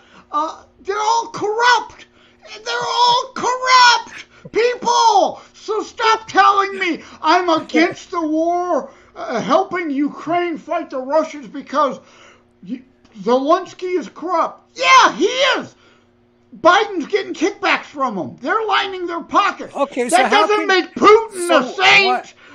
So why would you support sending weapons to Ukraine then? Because I support the Ukrainian people who have been oppressed by the Russians for more than a century. I am not supporting Zelensky. I am supporting people I know personally in Ukraine. I am supporting them, not Zelensky. But you know, a lot of those weapons, and this is, I'm just going to segue back into your your book and the topic of the night, which is terrorism, we know that a lot of those weapons, because of the corruption, are ending up on the black market. They're being sold corruptly to terrorists. So how do you respond or justify your position then? Yeah, more than one thing can be true at the same time, right? Again, how many times do I got to repeat? Everybody involved here is at the top, the leaders, corrupt, all corrupt. Erdogan, corrupt dictator. Putin, corrupt dictator. Zelensky, great guy. I supported him at first to get elected. He's turned out to be a corrupt piece of the you-know-what, all right? But again, that doesn't change the unprovoked invasion of a peaceful nation next to them for a second time in 2 decades. But doesn't sending weapons to Ukraine and having many of them, or at least some of them, end up on the black market make us less secure at home? And therefore, because you're concerned about terrorism, does it not then make sense to say don't send any more weapons to Ukraine and stay out of that conflict altogether? It's not our business. That's a nice bit of attempted, somewhat, I mean, good, fairly sound logic and reason. All right? Yeah. Okay. Yes. If we don't give them the weapons, some of them won't land up in bad guys' hands that come back to haunt us. True. But at the same time, the other side of that coin is Neville Chamberlainism. Surrender doctrine. Do we just let Putin and Xi then, oh, well, you know, some stuff might land up in the wrong hands, so let's supply none of it. We'll just surrender. It goes back to what I said before. You give evil, I didn't say this specific, give evil an inch, right? They're going to take the mile. Appeasement, surrender doctrine doesn't work. The difference between learning the lessons or the failings of post-World War I and the successes, to some degree, again, wasn't perfect. We gave a lot of that part of Western Europe, or Eastern Europe, to the Soviets, who weren't our friends. The enemy of my enemy is not my friend. They can be a useful idiot for a while, but they're not my friend. They can be an ally for a while, but they are not my friend. And Truman just sold out those Soviet bloc states. You know, Patton wanted to continue on, and he should have been allowed to do that because, again, Russia invaded Finland before Hitler invaded anybody. So please, the Russians were expansionists then too. Stalin, how many millions of people did he slaughter? The only Holocaust was not in Germany by Hitler and the Nazis. Mao, Lenin, Stalin, all brutal dictators that killed millions upon millions of people that were politically inconvenient. So you appease evil, it's going to take more and more and more. So it's not perfect. Truman made that distinction. It's not going to be a perfect peace. The Russians and Stalin are not our friends. They were a temporary, necessary ally to have a two-front war against Germany, but he should have let Patton go on. We should have never, but hindsight is 20/20, right? But I mean, we knew that. Only an idiot didn't know that Russia was not really our friend. Because again, 100 years of oppression of Ukraine, for people who know history, they're not friendly, the leaders. I'm not talking about the Russian people. Soslan, my friend, immigrated for Russia. Great guy. I am not talking against the Russian people. I'm talking about their dictator. I am not supporting Zelensky. I am supporting great Ukrainian people, some of whom I personally know. I am not talking about the Iranian freedom, wonderful, loving peoples of Iran when I speak out about the Ayatollah after the Iranian Revolution. Iran was fairly secular and was a Western ally before the Iranian Islamic Revolution. And the people of Iran several times have tried to overthrow that government unsuccessfully. And we should do more to support the people of Iran, not its government. But Joe Biden wants to enter back into the JCPOA like Obama and send them trillions of dollars on pallets. And again, like Ukraine, I agree with sending arms and food, not money. You don't send money. These corrupt people use, like Iran, they use the money we sent them to fund Hezbollah and Hamas. Because remember, they are anti-Semites. They don't want to just destroy Israel and create another Holocaust. People, when they say, like Hitler, believe them when they tell you. They say Israel is the little Satan. They want to destroy Israel and every last Jew on the planet.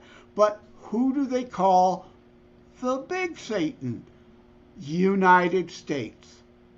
They want to destroy us too. So even an anti-Semite who might say, oh, please wipe out Israel, you're inviting your own destruction. People are so overly simplistic and don't know a damn thing about history and what's going on. Well, the difficulty in politics, especially today, is that the ideological lines are somewhat blurred. History has been forgotten.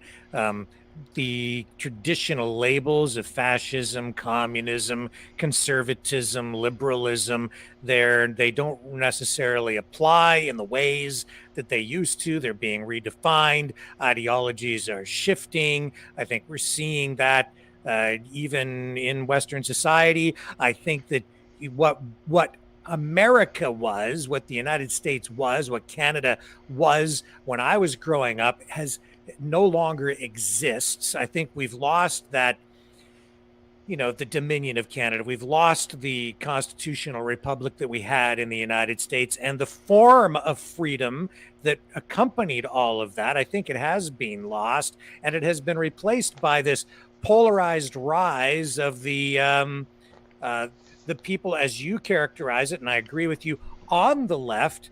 It's a polarized left versus left. It's fascists versus communists, and there's even overlap there where you're getting this sort of a fascistic, communo-fascistic hybrid political ideology that has manifested itself in this neoliberal wokeism, so that these old labels don't really apply. People don't really understand because they've been sold this left versus right. And on the left, you got the communists / extreme socialists. And on the other end, you're supposed to have the fascists or the Nazis or however you want to describe it. But in reality, that political chart doesn't really apply. I don't think it ever really did. It was kind of being sold a bill of goods. Well, it does. Let me explain. Again, you've got anarchy on the far right, and you've got fascism, communism, socialism, monarchy on the far left extreme. No government, every man for himself. All-consuming government on the far left. And I'm only going to throw out a couple terms here because I don't want us to go for another hour on this subject alone, which I could. But you mentioned hybrid. Good use of the word. And it's like the frog in a pot. You know that story? You put the frog in the pot, bring it to a slow boil. Rather than putting it in the boiling pot, it jumps right out, right? It's the same thing here. Yeah. By design. It's all about muddying the waters. Dodge, deflect, distract, distort, deny. I've said that several times. And hybrid.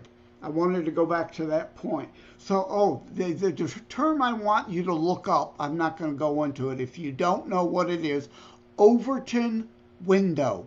It's all about moving the Overton window from the right part of the spectrum more and more to the left part of the spectrum, slowly, by design.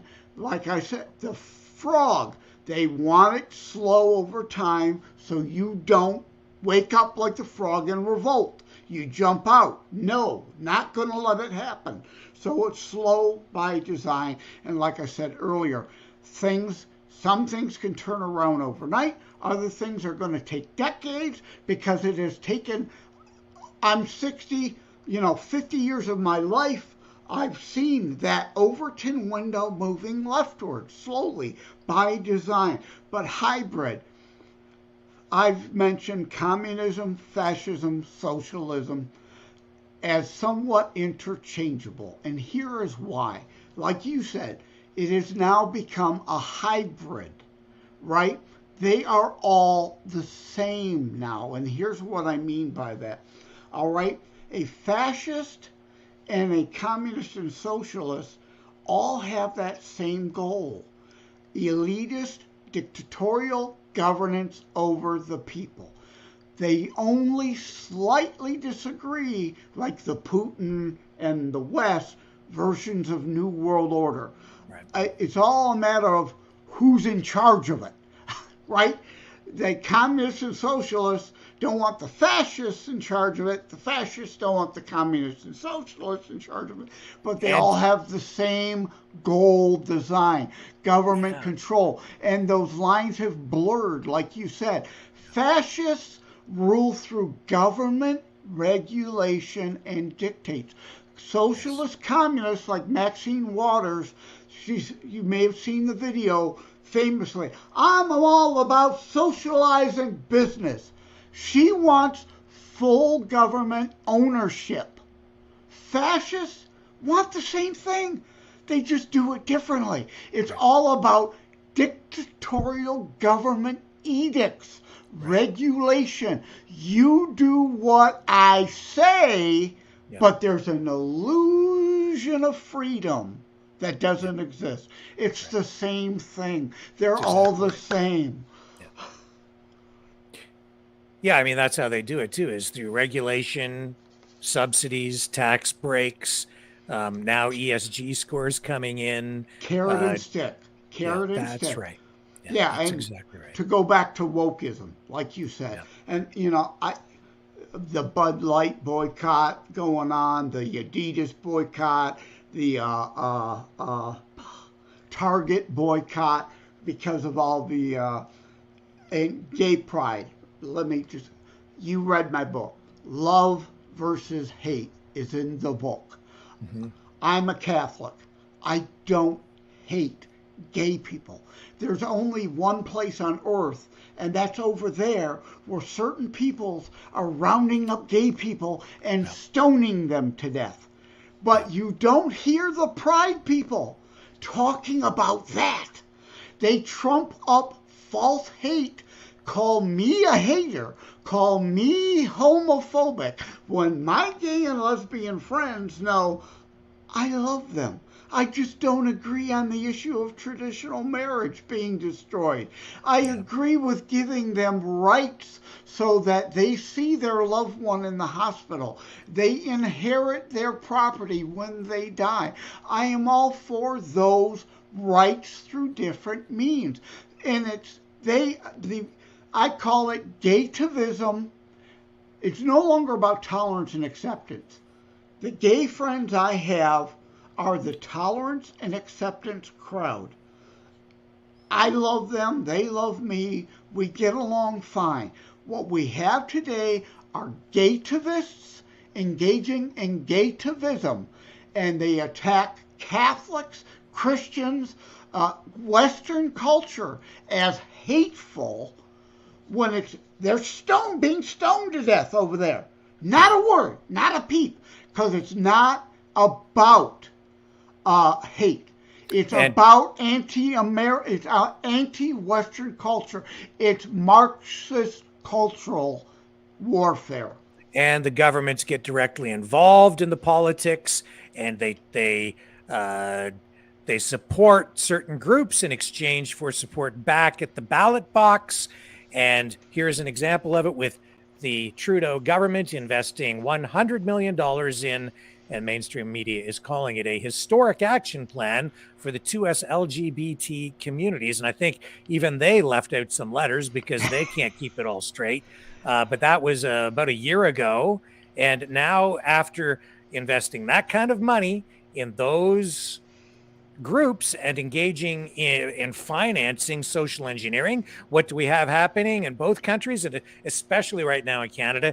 Daily protests on the streets with people on both sides of that equation clashing, and everything escalating and escalating and escalating, and tempers flaring, and people sitting back going, what the heck happened here? Why is all this going on? Well, I can tell you why, and I've been trying to explain it to people, and it's somebody sent me that article last night to kind of even hit me on the head, to wake me up to my own comments and support what I was saying, which is that the Trudeau government in Canada invested $100 million in this whole thing. Why do you think you have drag queen story time going on in the schools? Yeah. They're financing it, and there's your tax dollars at work to make people fight, to divide us. All to undermine Western culture. When I'm looking away, it's not because you're boring me. It's because I'm taking notes so I don't forget, right? 60, yep. I forget things. I wrote down 3 things because you touched on number 1, yeah, they are the rainbow alphabet mafia. Forget the letters because it's always cheap. The rainbow alphabet mafia, and that's what it is. And why are leftist governing people funding it? Corruption. Yeah. Kickbacks.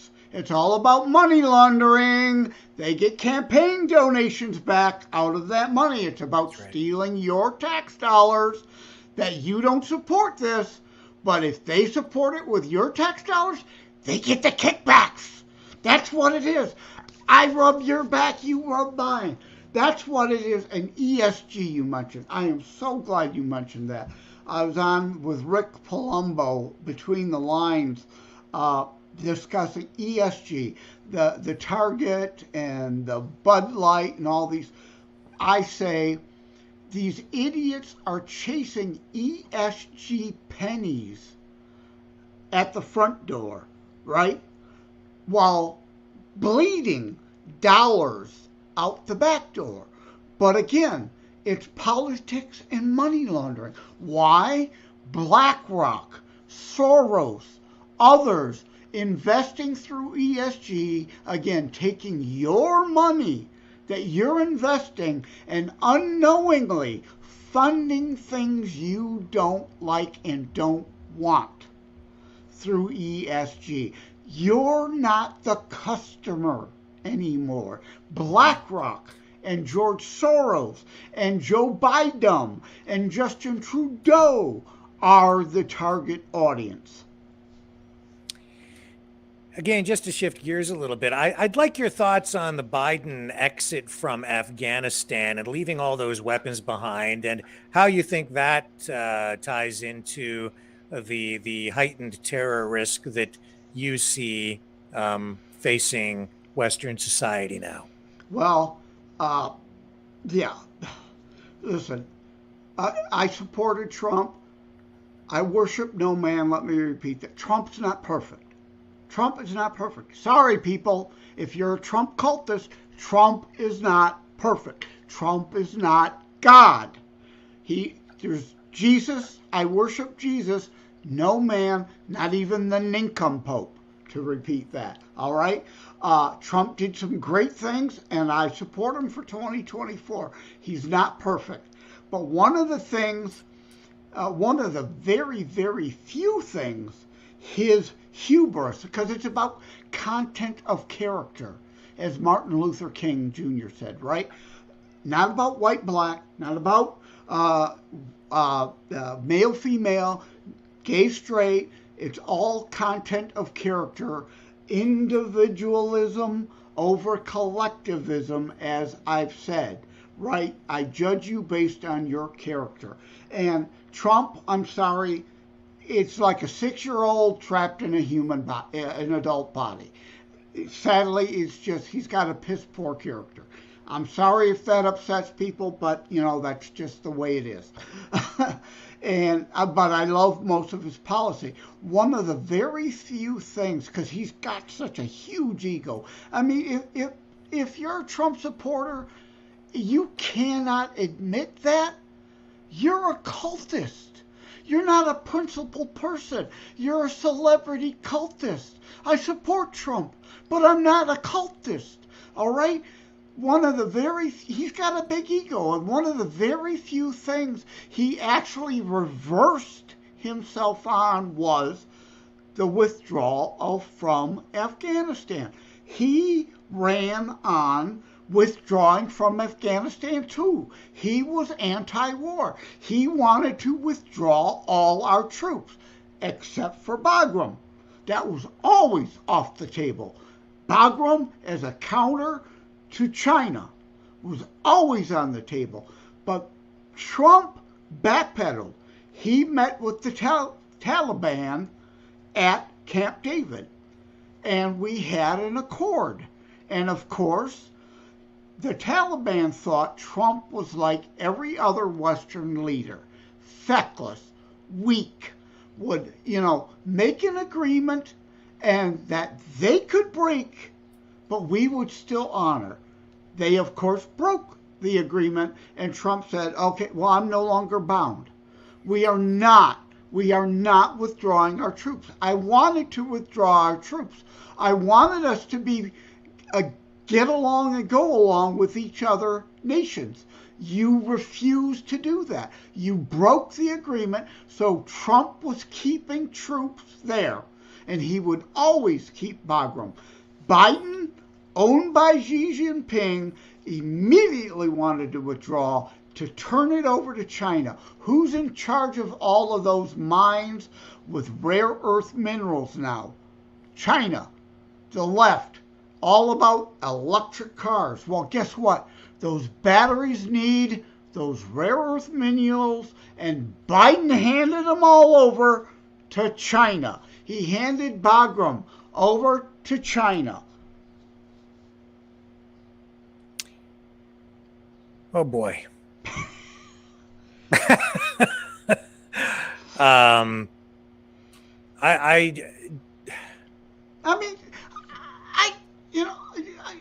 no doubt there's somebody probably screaming, neocon, neocon, neocon. No doubt. Yep. I don't want war. I don't love war, but I believe in Reagan's peace through strength. And if you hit us, you hit back 1 billion times harder. And I learned the lessons of history. I studied history. That's why my book's historical fiction. You fail to occupy. Like World War I, something worse happens later. You occupy. You have to. It's uncomfortable. I don't like it. I don't want to. I'm not a UN government, one worlder, nation builder, but I'm sorry. You wreck it, you break it, you bought it. We helped rebuild Germany and Japan. They are now our staunch allies because of it. Otherwise, had we pulled out like we did after World War I and imposed the ridiculous, moronic French Treaty of Versailles upon Germany again, there would have been another Hitler, there would have been a Fourth Reich, there would have been a Third World War. That's just learning from history. Neville Chamberlain, appeasement of enemies, and going and then coming back and saying, we're done with you now, you're defeated, you lost, we're done. It doesn't work. Why can't people learn? I'm not for war. I don't want more war, but I understand that Vietnam and Korea, had we fought to win them, the world would be a different place. Rather than the smaller wars avoided a bigger war. I get that. but we didn't fight to win them. Vietnam, again, the NATO thing. We didn't all go into Vietnam. We could have. France could have said, we expect our NATO allies to come into Vietnam with us. And guess what? We should have. Because if the UK and the US would have joined France in the Vietnam fight while they were there first, rather than waiting till the French pulled out, then we filled their void. If the three NATO allies would have fought Vietnam together, it would have turned out differently, and history would be completely different than what it is now. But instead, NATO wasn't invoked. The French fought, they decided to leave, then we filled the void. So you still, even to this day, subscribe to the idea that Vietnam was a war that should have been worth fighting to prevent the spread of communism? Oh, absolutely. And again, had we actually fought it to win, things would be different. But sadly, politicians and the military-industrial complex had, the notion of keeping the idea of perpetual war alive. I'm certainly not for that. I'm for fighting smaller skirmishes like terrorism, to bring it back to the book. People don't understand. I know. I get the information.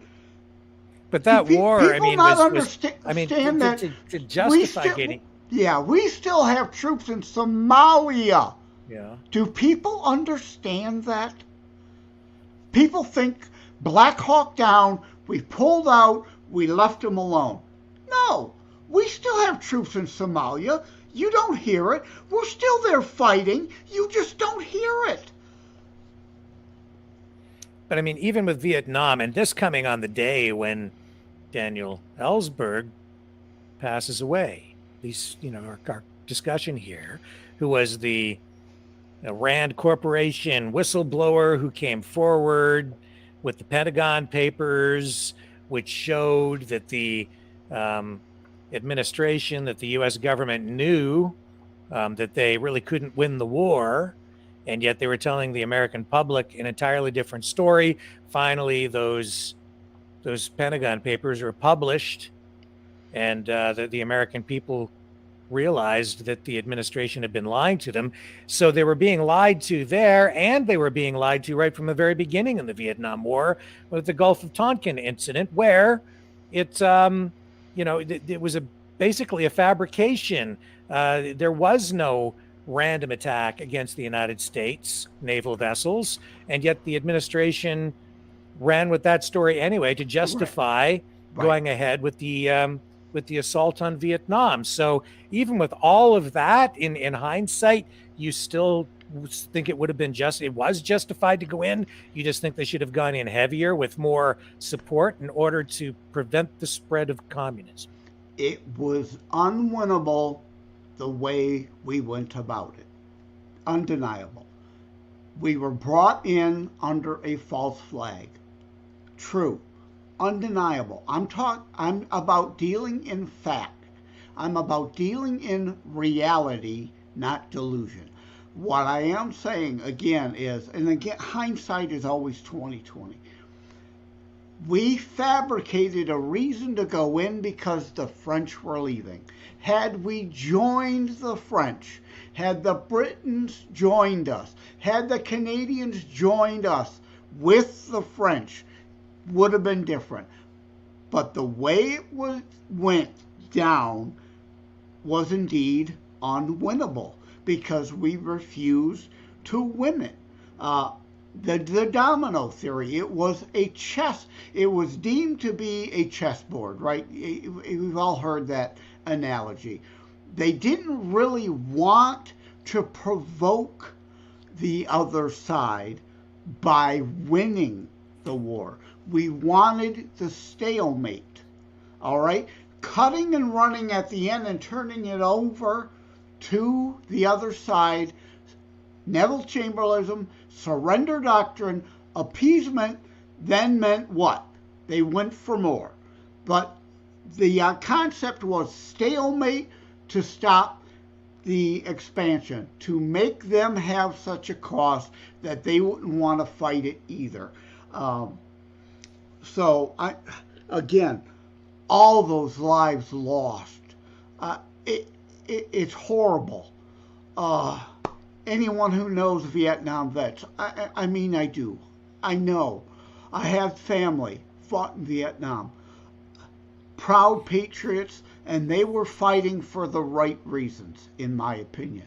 I will say that. I think it was the right reasons, the right thing to do, because again, the little skirmishes hold off the bigger thing. And again, that's why we weren't fighting to win, because if we were pushing back, if we would have allowed Patton to go on, it would provoke a greater response. You've got to remember at that point, context matters. The Russians had the nuclear bomb at that point. Had we allowed Patton to go on and used atomic weapons when we were the sole holders of them, things would have been different. So you would have advocated for the use of nuclear weapons against Russia in order to facilitate U.S. dominance to take over the country? Freedom for all of Europe? Absolutely. Because again, anyone who thinks Stalin was our friend is a complete moron. They weren't. How many millions did they kill? Again, there's an atrocity chapter in my book. They aren't good people. They were our enemy too. They were a convenient, useful ally temporarily. But yeah, for a greater, broader peace, Patton could have been allowed to go in. Because how did Truman not understand we got the bomb? Given time, everybody else would too. And guess what? They would then potentially use it too. So there was only a brief window to assure that peace. And it closed. We passed it. That's why Vietnam. Now, so basically you're saying the United States should have taken over the world while it had the chance. I'm sorry that it sounds that way, and I'm not saying the U.S., I'm saying Canada, the United States, England, France, Spain. Yes, freedom-loving nations wanting to allow people their own self-governance.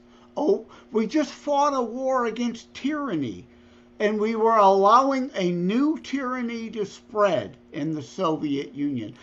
Again, you had to be a moron to not understand that was going to happen. But Truman made that calculation. So you use coercion and force to impose freedom on those who...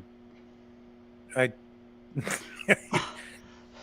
going to take over your country and force you to be free. Well, again, the Russian people are not my enemy. Mm-hmm. The Russian leadership is and was. We are liberators. It's the dichotomy. I understand your struggle here. Yeah, right? I'm struggling. Yeah. All right.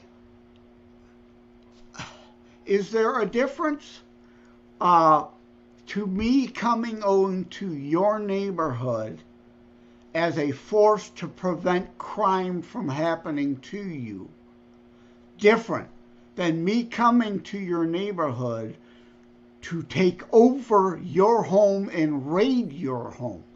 That's the kind of difference I'm talking about here. Your own personal autonomy and safety then. Although I understand the Jefferson, those who would trade safety for liberty deserve neither. But again, liberators versus occupiers. All right. We, of course, were met with suspicion at the end of World War II by the Germans and the Japanese. They were told we were their enemy. We went there to liberate them, and we indeed, over time, gave them their freedom to self-govern.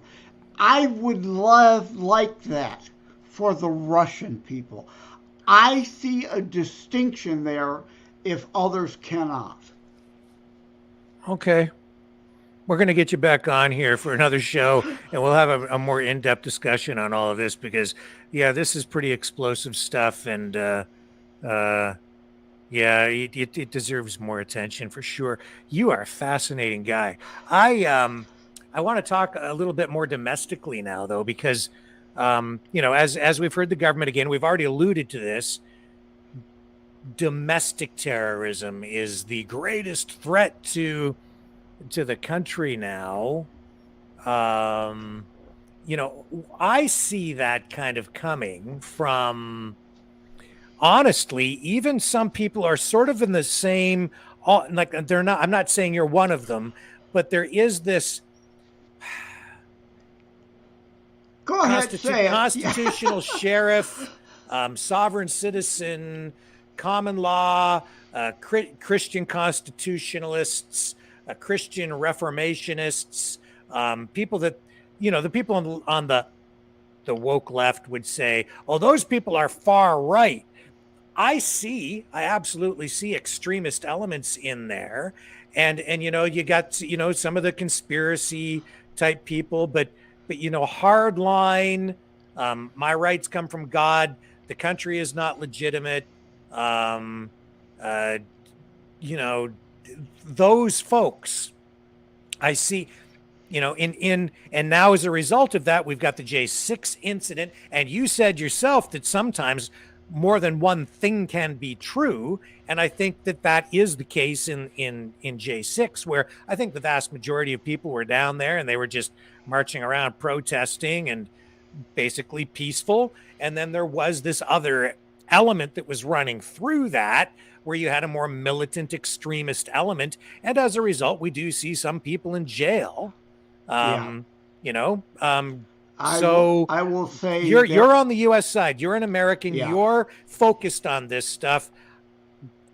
Give me your comments on this, because I've been studying this pretty extensively, and it concerns me deeply when I see this stuff. I kind of understand where these people, when they're saying it's the greatest threat. I don't think it is the greatest threat, but I do see the extremist element there, just as I see the extremist elements on the neoliberal woke side as well. Then you've got sort of reasonable people from both sides in the middle, and it's a wide spectrum. But on the outer edges, on both sides, you do have extremists, and that's where the domestic terror threat, I think, comes from. And since we're talking about terrorism, please, sir, give me your thoughts. Again, I issued a press release regarding Jan 6 and the overblown, trumping up, no pun intended, about January 6th. You said it. 95% of the people there were peaceful protesters. Yeah. You could see the video. The Capitol Hill police were holding the doors open, waving people in. True. So we're talking about, they're trying to label the 95% for the false flag things that happened by this Antifa in MAGA gear breaking windows. Who aren't arrested? Ray Epps, who was out there on camera, you can still see it on YouTube, inciting violence, and people around him saying, Fed, Fed, Fed, no violence. Yeah. False flag. It's trumped up. Pelosi refused. Trump offered 10,000 troops for that day. The Speaker of the House said no. She made that ultimate decision. True. Why? Because they wanted a Reichstag moment to overblown the right-wing terror. Now, again, reality. I deal in reality, not delusion. I am a constitutionalist, as I said. So I'm not a Republican hack. All right? Yep. Republicans aren't perfect. I've been fighting rhinos as hard as I've been fighting fascocrats since 1978 because I'm a Republican platform person. All right? I am, you want to call me far right? Okay. But yeah, no, there are far right. Right. And you made reference to, Anarchists. and neo-Nazis and Now, some that's places the that you've left. seen. That's the Well, left. I mean, I think that it's all on the left, but the anarchists too. I mean, that's on the right. Oh, the anarchists, yes. All right, no. Here's the problem I have. Again, it's dodge, deflection, distraction, distortion, muddying the waters, twisting the language. Here's where you're confusing it. Okay. Antifa are not anti-fascists. They are Hitlerian brown shirts. True. I think we can agree. Absolutely. They are using projection, saying they are fighting fascists. 100%. They are trying to claim fascism is a thing of the right spectrum. It is not. They are using anarchist tactics. Yeah. That does not make them right-wing anarchists. They just use the tactics, and the media muddies the water, right?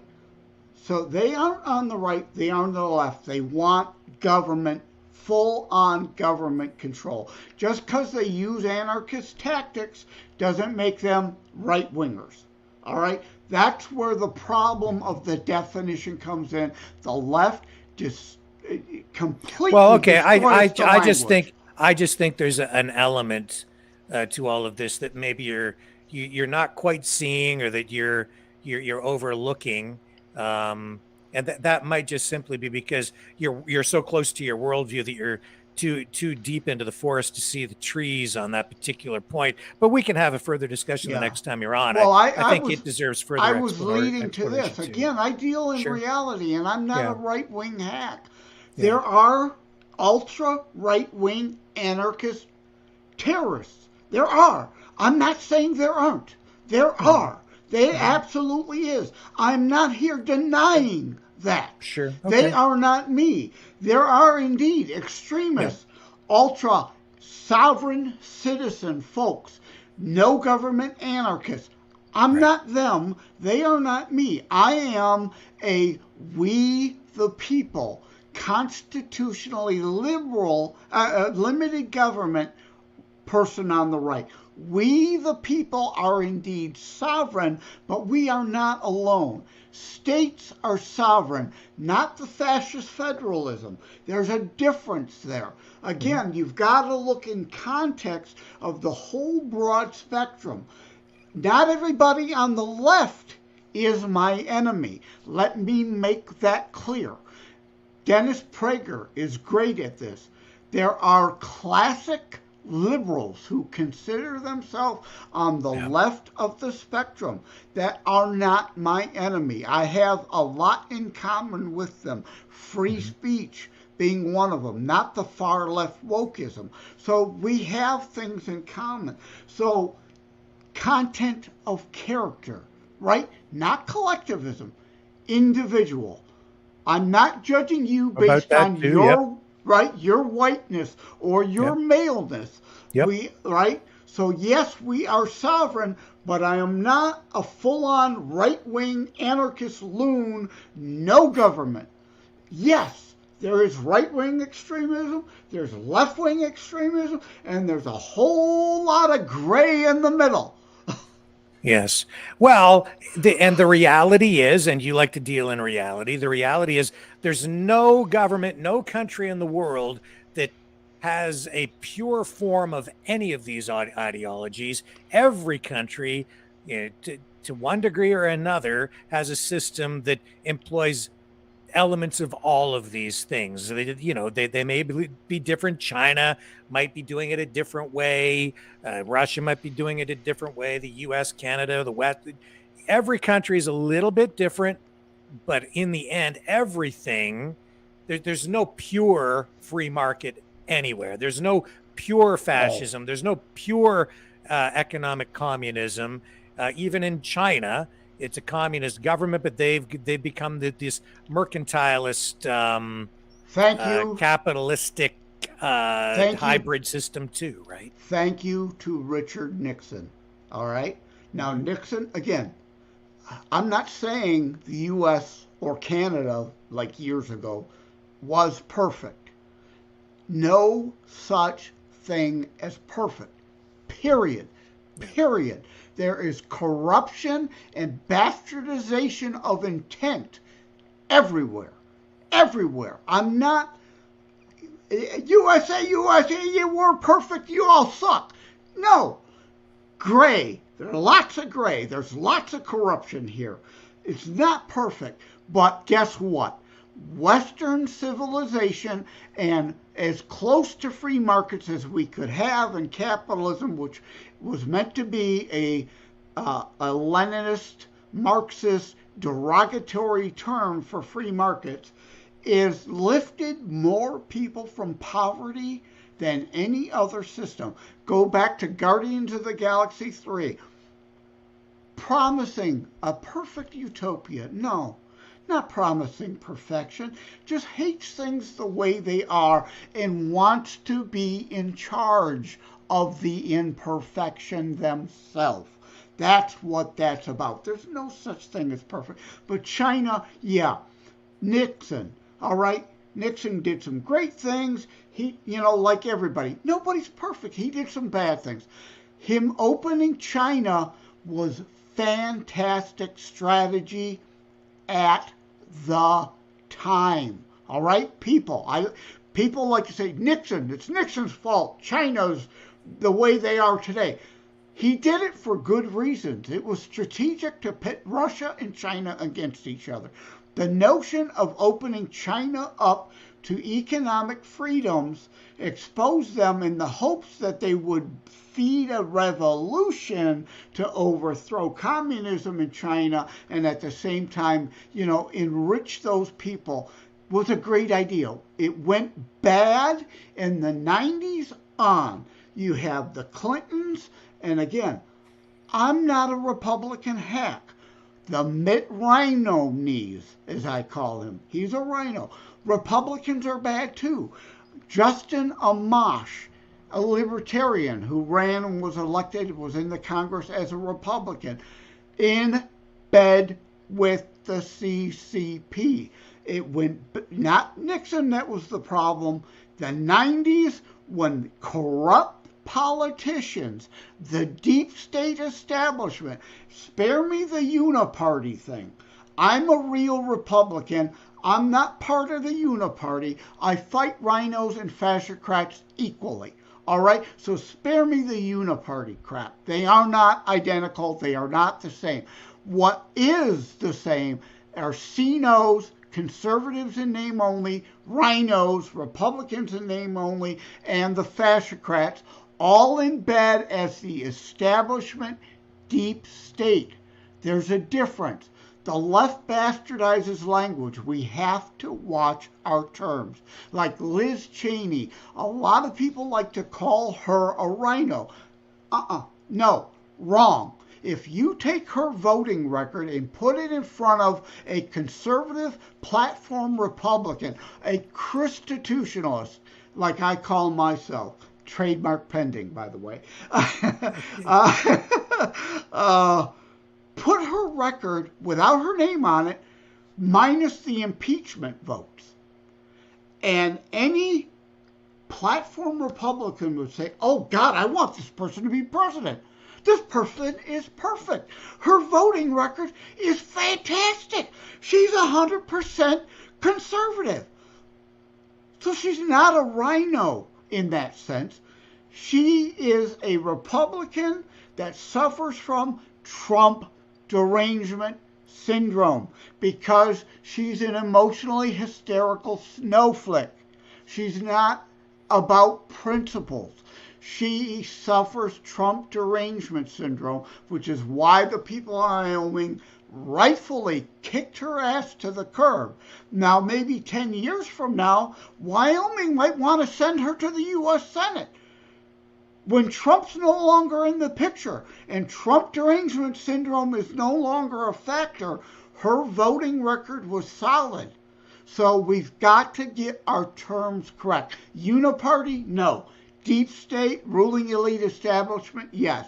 Liz Cheney's not a rhino. She's a Republican with Trump derangement syndrome. We have got to have our terms correct. The language matters. The left wins when they bastardize the terms. I mentioned before, I write for thelibertybeacon.com. You can search there for Joseph M. Lenard. Again, it's not Lenard. It's Leonard without an O. All right, Joseph M. Lenard. You'll see all my articles, and I have 2 on the left twisting language. And let me warn you, you may read those and get upset there too, because, again, I am a constitutionalist, not a Republican hack. I am about republicism, the constitutional limited republic, not Republican partisanism, right? Okay. Again, words have meaning. There's a distinction there, but the left warps and twists language. Now, I defended Whoopi Goldberg, a standard conservative Republican who is a right-wing hack, would say anything Whoopi says, I got to attack. It's like, I'm not siding with Putin just because I got to hate Biden so much. I got to side with Putin. No, that's not principle. That's cultism. That's personalities. That's an emotional snowflake, wokeist type virtue signaling, manure. I defended Whoopi Goldberg when she said Jews are not a race. They're not. Is Christianity a race? No. There are white Christians, there are black Christians, every color in between. Jews, there are white Jews, there are black Jews, every color in between. They are a class of people, not a race. She was correct. Even a stop clock, as the saying goes, can be right twice a day, right? So when Whoopi's right, I'm going to defend her. She's just wrong 99.9 ad infimum % of the time. Wrong. Well, I'll say this: you weren't around in World War II to push the button to nuke Russia. And I was going to say, I'm not sure that if you were running for president, though, I would vote for you, because I'd be a little too concerned that you might push the button. Well, hey, that was then. This is now. Said, I think you're very close, and maybe you already have pushed the button. I pushed plenty of buttons today. I guarantee it. By just saying some of the things you just said right there, because that was enough to blow people's heads up. Content of character. Those things, and here we are going at it again. Yeah, oh my content goodness. of character, not tribalism. Individualism, not tribalism. Okay. Right? Yeah. Have I not made that point enough? And I know the problem is most people are a tribal mentality slave, right? Wow. Yeah. You haven't pissed me off at all. Okay, not me, but I know right now there is brain matter splattered all over North America and maybe around the world because of some of the things that you said here tonight. Pretty explosive stuff, nuclear for sure. Well, that's again because now I haven't said this specifically. Again, individualism, not collectivism. Content of character. We judge everything on its own merits. Everything Whoopi says has to be judged on its own merits, not based on, I don't like Whoopi, so I must hate and oppose everything she says, right? Okay. Context matters. Historical context. Now, right, I would have potentially used the bomb against Russia, letting Patton go into Russia then. That doesn't mean I want nuclear war now, right? Only when you get to win. I didn't say that. I didn't say that. Yeah, that's straw man. You only want to drop the nukes when the other side doesn't have any to drop back. Peace through strength. Yeah, just What wipe do them we? off the face of the planet. Don't got to worry about them no more. I mean, doesn't Right? Canada believe in that Oh my now? God. To have a military so Oh. strong that it's more powerful and you have more toys than the other side has, so they don't bother you. That's peace Well, through sure. strength. Sure. I mean, I'm all for being strong enough so that people leave us alone. I'm very much for nationalism. You know, I haven't really injected too much of my opinion here tonight.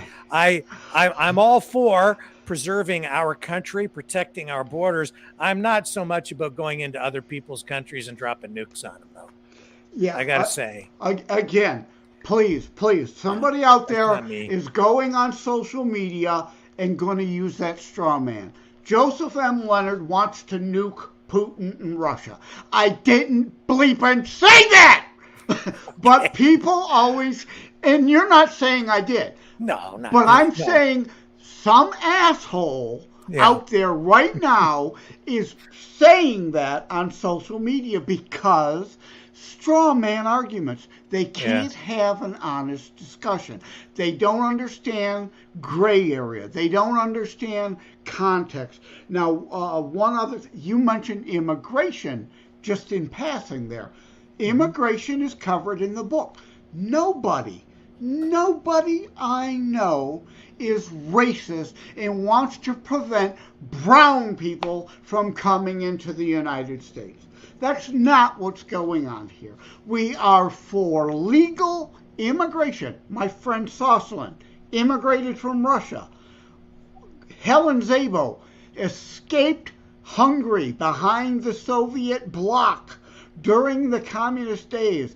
The greatest people, the most patriotic, most Western, pro-Western people I know are immigrants because they escaped that garbage system.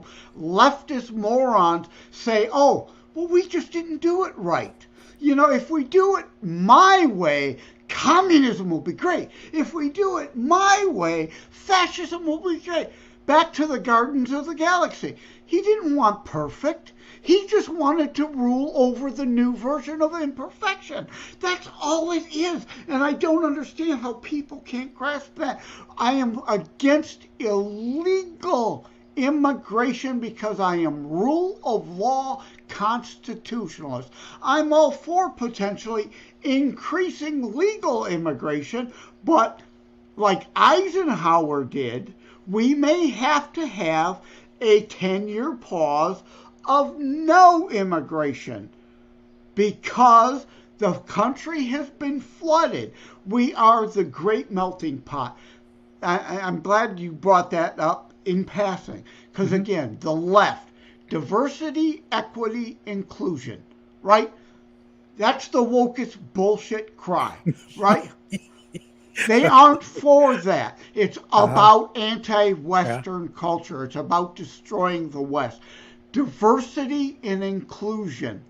They aren't for equality of opportunity. Equity is Marxist culturalism bull about special rights. I say this on terrorstrikes.info/quotes. If Orwell were alive today, because I mentioned Animal Farm in the book, his sequel would be some animals get more equity, special rights and privileges than other animals. That's what it's not about equality of outcome, really. It's about undermining the West. We are not perfect, but you have equality of opportunity if you're willing to try to work for it. So we may have to pause immigration because we need assimilation. Diversity, I destroyed the equity thing. Diversity, inclusion. The United States, give me your tired masses yearning to be free. Not yearning to freeload, yearning to be free and engage in equal opportunity to have a better life than the shithole you're escaping from. But you've got to come legally. So we have to have time to assimilate. We are the most U.S. and Canada are the most diverse and inclusive nations on the planet. The left isn't for that. Again, I mentioned it before. Americans, and I think the same thing's happening in Canada, the left wants black-only dorms, black-only graduations. That's not diversity and inclusion. That's exclusion. That's segregation. That's what the Confederate Democrat states fought to uphold. Slavery, a plantation. So cultural appropriation, that's a bogus term. We are meant to appropriate each other's culture and become our own new, unique, blended culture. It's not appropriation. It's the melting pot. It's diversity inclusion that the left claims they want, that they don't, because we already are that. Joseph, it is now 8:36 p.m. on this, what is it? This is the 16th of June, 2023. I'm just going to ask you to kind of give us some final thoughts, just wrap up and give us, I guess, a concluding statement on your book and where we're at tonight. All right, let me grab a drink here. Okay. Let me do a Marco Rubio moment, right? I need... For those who will get that, what that means. Anyway, to repeat something earlier, which 2 hours, 36 minutes, and 25 seconds into the broadcast, we probably lost most everybody. No, we still have actually just about as many watching now as we have at the peak of the show. Oh, okay. So, well, some come and some go usually, but I mentioned earlier I am co-host of Savaged Unfiltered, and again we will have a Rumble Talk, which is a simulcast live on Rumble and TikTok at the same time this Saturday, tomorrow, noonish, 12:05, whatever, things take time to ramp up. We didn't start together immediately at 6 o'clock on the dot, but noonish time, live on Rumble and TikTok. So I know, though, giving interviews, I've done interviews as little as 5 minutes, and you are now my record, though. There was another guy, a podcast, because I'm willing to talk to anybody. A guy, his very first episode of his podcast, he just started. I said, yeah, I'll be your first guest. Normally you go 30 minutes, hour max, or usually you lose people. Today's Twitter attention span. People can't handle 2.5 hours. I'm glad your audience can handle that. That's great. I love you all with all my heart for that.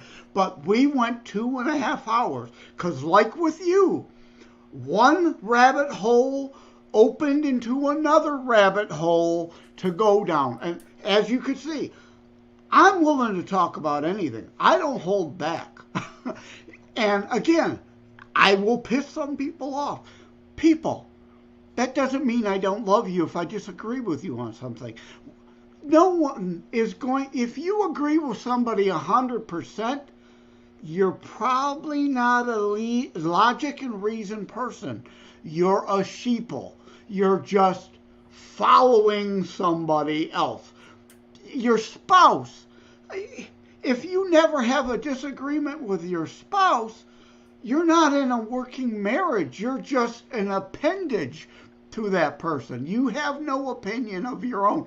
We're not going to agree on everything. That doesn't mean we're enemies. Like Reagan said, my 80% ally is that, an ally, not my enemy, right? I work with you on the things we agree with, and the things we don't, we just have to agree to disagree civilly and let each other be. Right? So I hope you all get that takeaway. And another thing I've been saying for decades, so I have my character Martin say it in the book. Remember, things could always be better, but they could often be worse. Please adopt that philosophy in life. So before we piss, moan, bitch, and whine too much, oh, I'm a victim, I'm a victim, I'm a victim. There's a whole lot of other people who have it a hell of a lot worse than I do, than Rick does, than you, talking to you, whoever you are, might have it now. Somebody has it worse. So let's remember that. And again, why, if you're in a good position now, terrorstrikes.info/charity. Please check out Miss Liz's Stroke Foundation fundraiser that's happening over the next couple weeks, and other charities there. So closing, where to look me up. Again, use code Maverick at terrorstrikes.info/shop. If you're in the U.S. for 15% off and free shipping.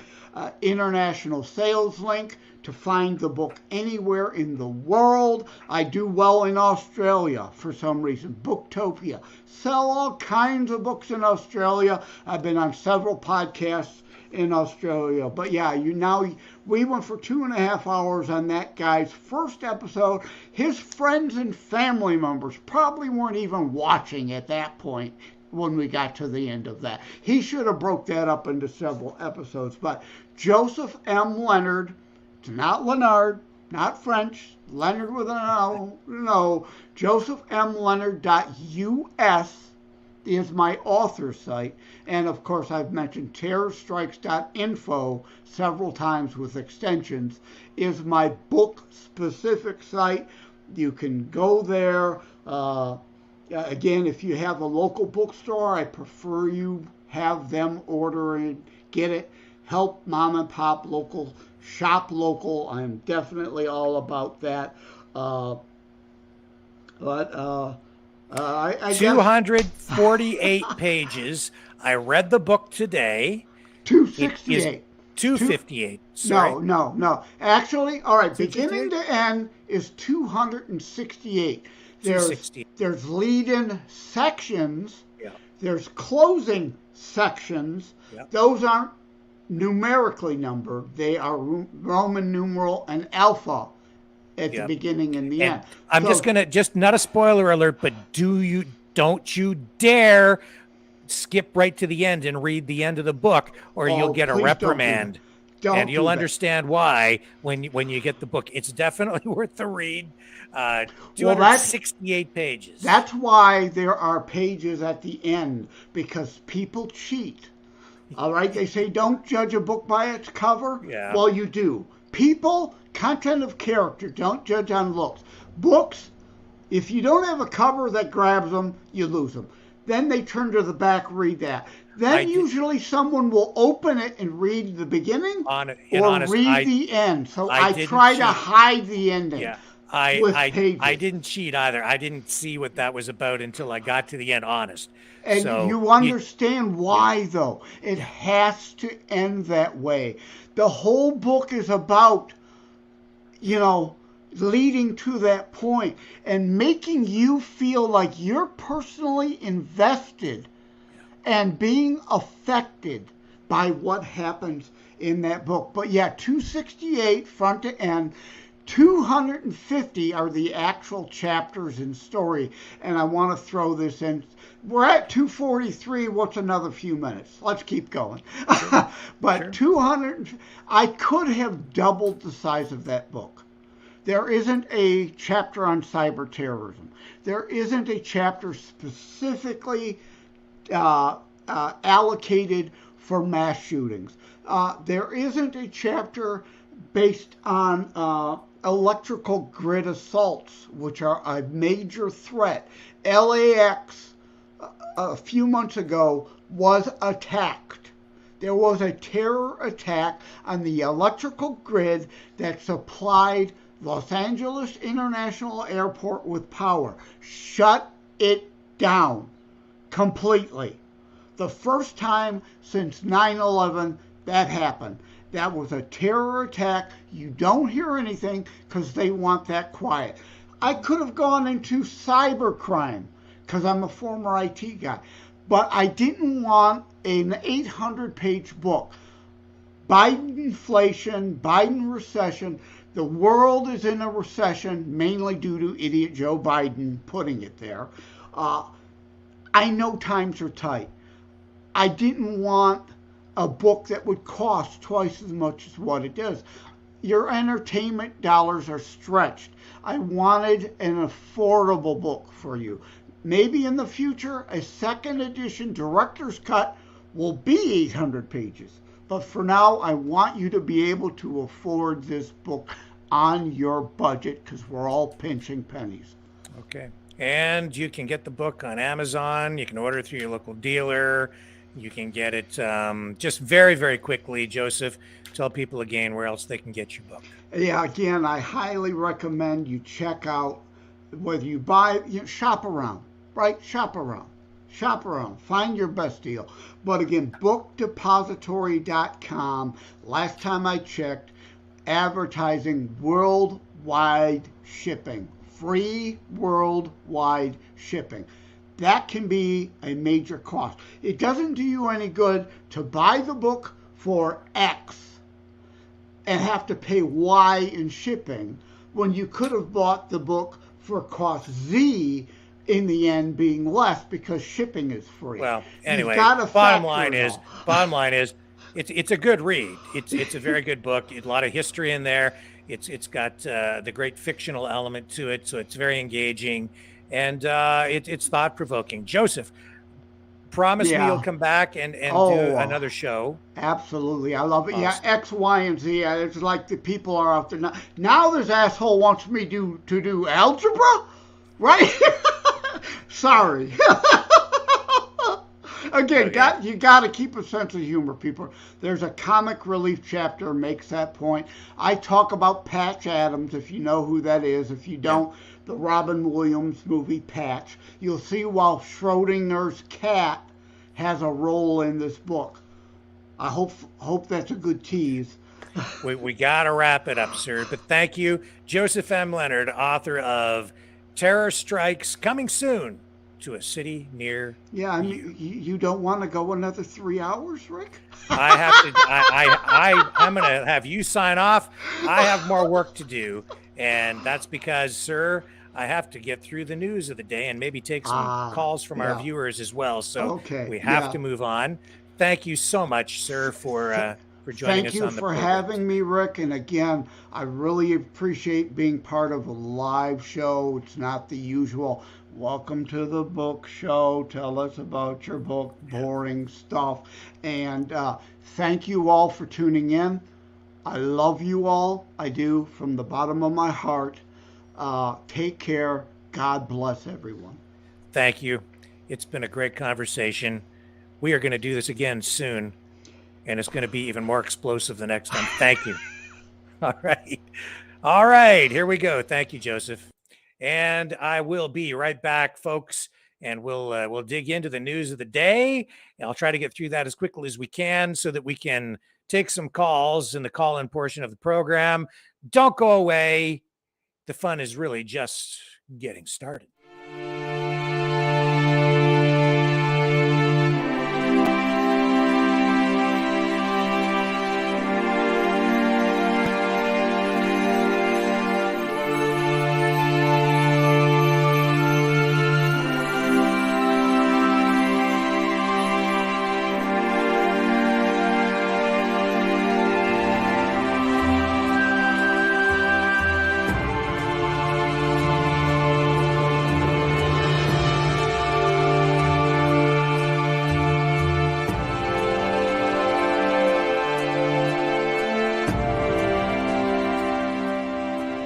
Maverick News.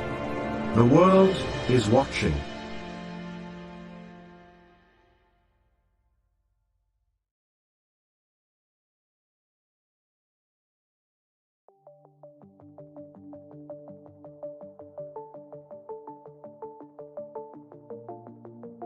Greetings, brave Mavericks. Our quest for truth continues. We go beyond fake news. Together we expose propaganda. Together we pull others out of rabbit holes. We are maverick thinkers. We are all unique individuals individuals, defenders of individual rights and freedoms, credible, trusted, grounded in reality.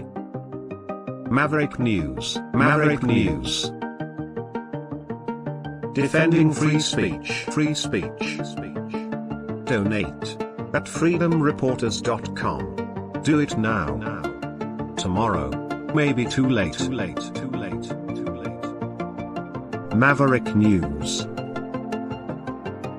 The world is watching.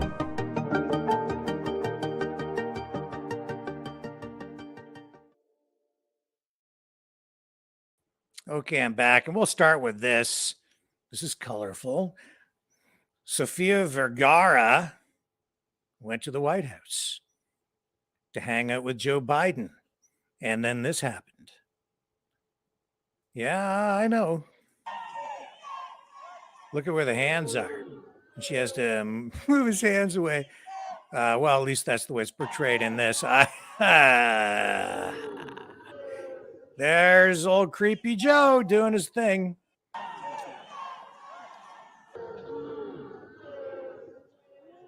So that is going viral tonight. The old guy.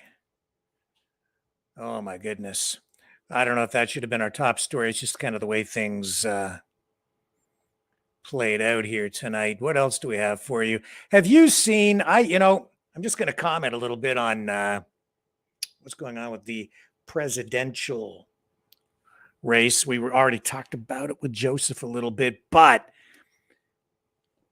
I said that RFK Jr. was on a roll over the last few days, getting a lot of media through, really more conservative podcasts and live streams, Fox News even coming out, and, a lot of the hosts over there kind of throwing their support behind him. He's had some real momentum. And now a lot of that seems to have been lost because of his backtracking on the Roger Waters endorsement, where, he's now saying, that he deleted a tweet that he had posted sort of in favor or supporting Roger Waters and defending him. I don't know exactly what the tweet was, but he deleted a tweet in support of Roger Waters in the face of all this, these attacks that Roger Waters, one of the founders of the Pink Floyd rock group, who's come out against the war in Ukraine and, has also been very critical of Israel. Well, that's why RFK Jr. deleted, his tweets supporting Roger Waters, is because he's been sort of schooled in the politics of Israel and he's caved in. And, I guess he's feeling like he can't endorse Waters because of the pro-Israel movement or the pro-Palestine stance that Roger Waters takes, right? So he's lost a lot of momentum there. He's been asked some pretty tough questions on the Glenn Greenwald show. It's not going to be as easy for RFK Jr. to find his way to the nomination on the Democrat side as maybe it was appearing even just a couple of days ago. And then on the Republican side, DeSantis, I think he's also kind of hobbled. He's cutting himself off at the knees in many ways. He had that atrocious, horrific, embarrassing start to his campaign on Twitter when they had all those technical problems and everything fell apart. And now there's this. Have you seen the slogan that they came up with and what they're putting on t-shirts for the DeSantis campaign? It's like, who's running this guy's campaign? Like, is he trying to sabotage DeSantis or what? I mean, he went into this thing very, very strong as, I think, a real contender up against Trump. And now they've got this t-shirt that says, "Stop pussyfooting around." Governor Ron DeSantis.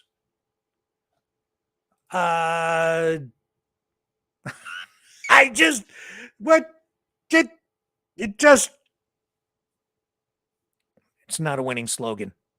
Okay? It just isn't a winning slogan. He needs help, man. I am amazed, honestly, at how these campaigns are not more organized, how they don't go in stronger, how they don't have their game plan clearly thought out in a more coherent and motivated way forward.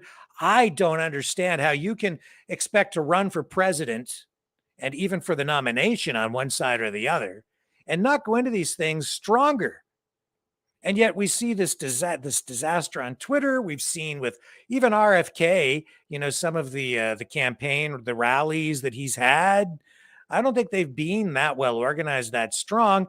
He's kind of come up stronger, and now it's like he hasn't thought through all of these issues that he's going to comment on, and now it's costing him, you know, on social media and pushback from real journalists like Glenn Greenwald because he hasn't fully formulated his thoughts to the point where he doesn't even he's making tweets and then having to retract them because he's getting pressure from people who are kind of saying you didn't think of this and you didn't think of that, and he doesn't have enough conviction in his position on something as obvious as the Palestine Israel issue. I mean, it's been around for a while. You'd think he'd have his thoughts clearly laid out and his position staked to the point where he'd confidently post whatever he's going to say about it as a politician and not delete it shortly thereafter. I'm amazed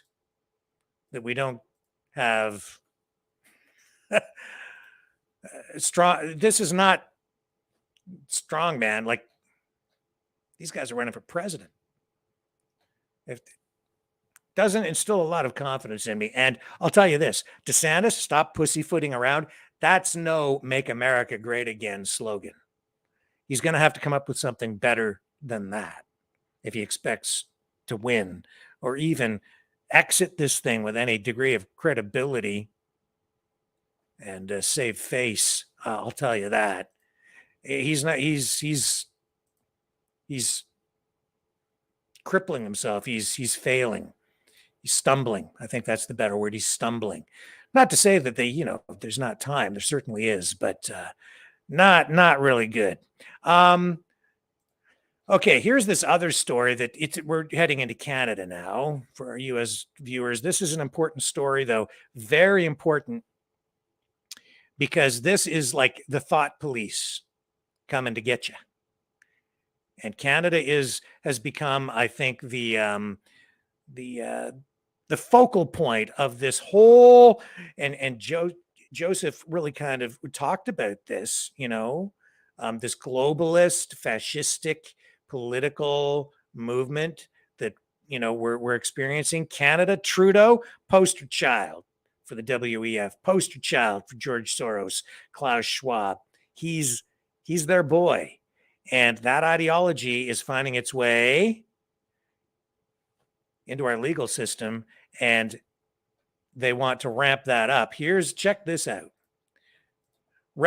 Canada should consider legal solution to fight residential school denialism.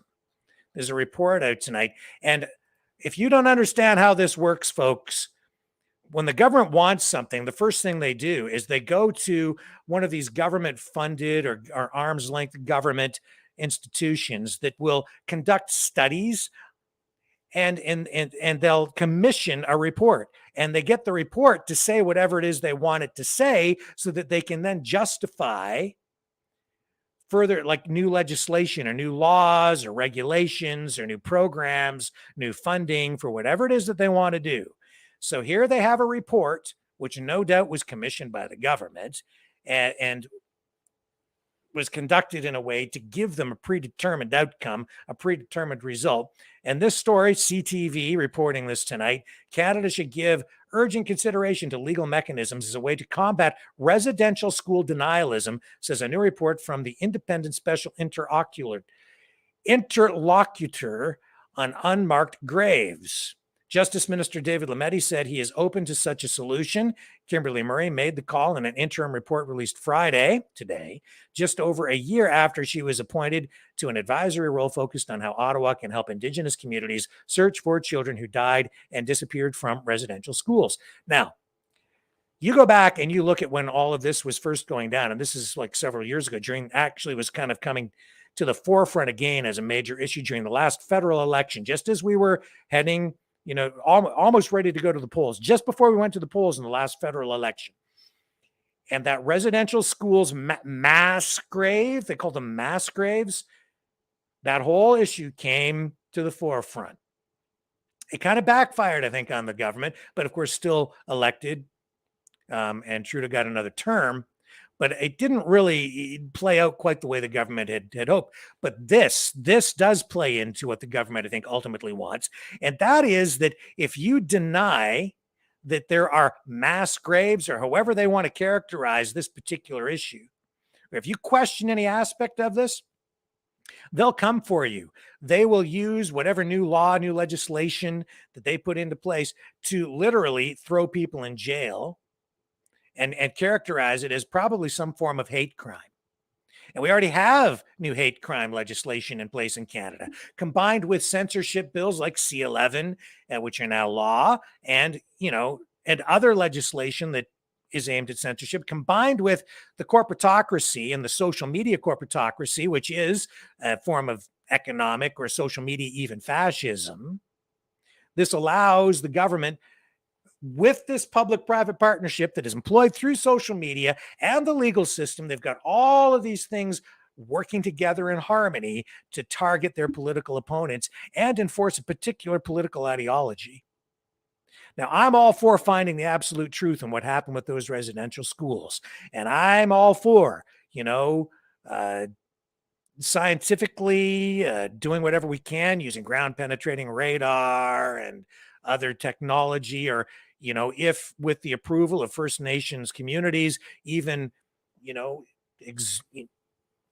digging up remains to find out exactly what is under there in order to determine whatever the truth is, because we know that there were atrocities committed at some of these schools, if not all of them, but to what degree, I'm not sure. The use of the term mass graves, though, I'm not sure that that's accurate. We don't really know exactly what the truth is.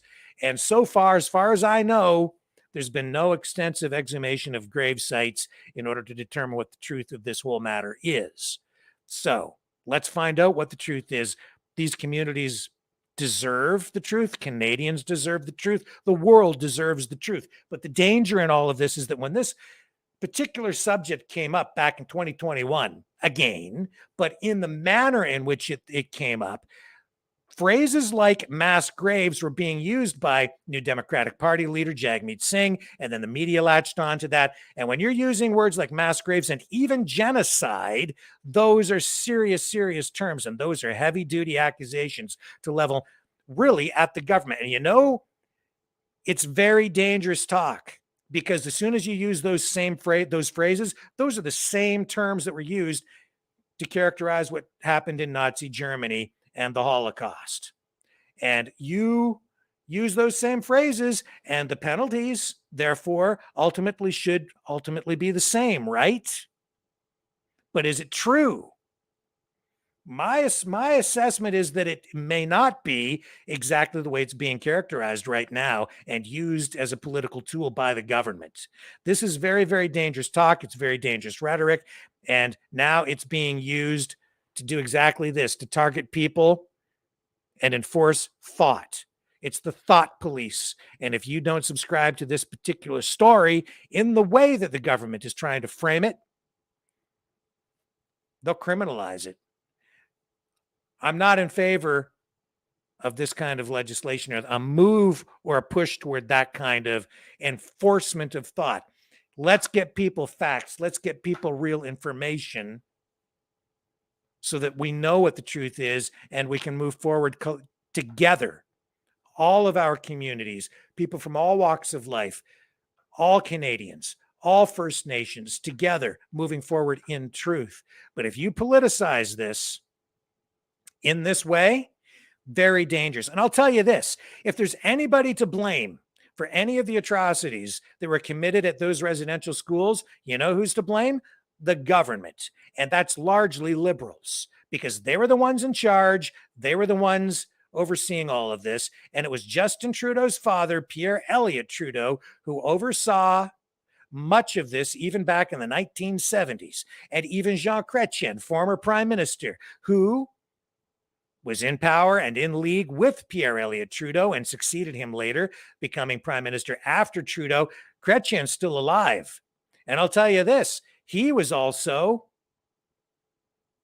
Minister of Indian Affairs. He knew, if he didn't know, he should have known what was going on at the time. Claims ignorance now, but I don't think so. He was the guy in charge of that portfolio. And yet we don't hear the liberals calling for his head, do we? Politically. But they probably should be if these atrocities are true. And he's one of the main guys that should be held accountable. He's still alive. And if this is the road that they want to go down, then he should be the first person to be held accountable legally and morally, for that matter, on this very matter. It's the government. But you know who's going to ultimately pay the price? The people, not the government. They'll find ways to whitewash this, wash their hands. And that's exactly what Justin Trudeau has been doing. He is portraying himself as a savior of First Nations peoples. In reality, I think it's really quite the opposite, because he's using these issues as political tools in order to further his political goals, while transferring the blame for all of this stuff politically, ideologically, and strategically to his political opponents on the other side of the political spectrum. It's very, very cunning. Very sophisticated what they're doing. It's a great big mind screw.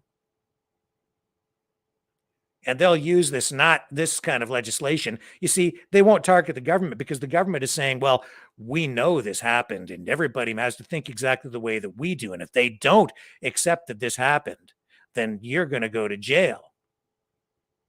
And since we accept it, then we can't be held accountable. In fact, we're passing these laws because, we want reparations. We want reconciliation. I don't trust them. I don't think you should either. I don't think we should trust Trudeau and the Liberal government and the NDP with any of this, because they've politicized this particular issue from the very beginning. And here we are tonight looking at this not just being politicized, but criminalized. They want to take it to the next level. And that's what we've already seen with other issues like censorship and legislation like Bill C-11. Very dangerous territory, folks. Just drawing your attention to it. We're not there yet. I'm not sure if we have any time left, though, because they've accelerated the pace at which they are bringing these tools to bear against their own people. You thought it was bad during the trucker convoy when they imposed the Emergencies Act? Well, this is just another form of that exact same kind of strategy being employed. I'll be right back.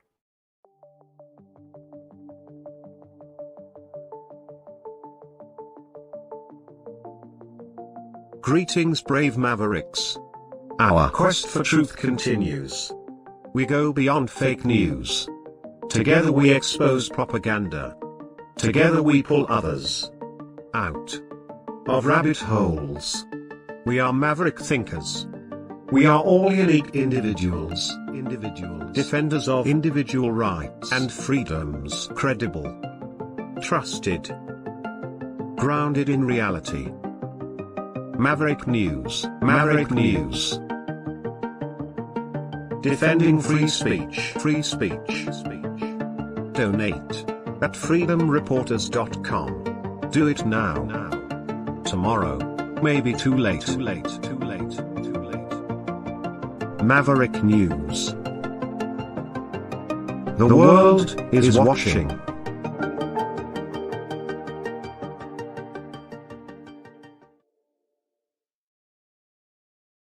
Okay, so I'm all about freedom, and but freedom means also about being truthful, and I'm also about free media and real journalism. And sometimes you have to draw attention to things that you really wish you didn't have to draw attention to. But I'm going to do it right now because this is inexcusable. I can't believe that this has even happened. But here it is. I'm just going to show you. And I know some of you also will find this distasteful and you won't want to hear about it, but we have to look at it because that's what we need to do in a free society. And if you believe in freedom, then you have to be honest, truthful, and balanced. I think that's crucial. Only then can we really get you closer to the truth. Well, here's this story tonight. London, Ontario man charged with harassment after online battle over pride protest. I told you, man, that this whole thing is getting out of hand on all sides. And here it is tonight. This guy, you could characterize him, I guess, as a freedom fighter. He's certainly on that side, but he is pretty extreme. And I honestly want nothing to do with a guy like this. And I'll tell you why. Because he's been going to these protests, fair enough. Exercise your right to free speech, no issues. But what did this guy do? He goes into a hospital, finds his way. He's been having disagreements, to say the least, with people on the pride side. Okay, so arguing, fighting. I mean, that's physically necessarily, but the cops have charged this guy because of the extreme lengths that he just went to. What did he do? He went to a hospital, found his way to the hospital room of a terminally ill patient who was the father of one of the people that he'd been clashing with on the other side, and then took a selfie to send it to the person that he was having the disagreement with. I cannot believe this. So it's an online war that started over, and this is Windsor Star, okay? Oh, what kind of person does something like this? An online war that started over a difference of opinion on pride events has led to a London man being charged with criminal harassment after he was shown in a bizarre selfie pic inside a Windsor hospital. So he's from London. The patient in Windsor, Ontario, goes all the way down to Windsor, Ontario. That's a 2-hour drive, goes into this hospital, finds the room where the father of this person that he's having the disagreement with is being kept. He's terminally ill, goes in and takes a selfie at Hotel Grace Hospital, and then sends it to the person that he's having a disagreement with to provoke them. So police say that this guy, 34 years old, Bubba Christopher Michael Pollock, was arrested by police in London after going back home. And he's facing a variety of charges like criminal harassment.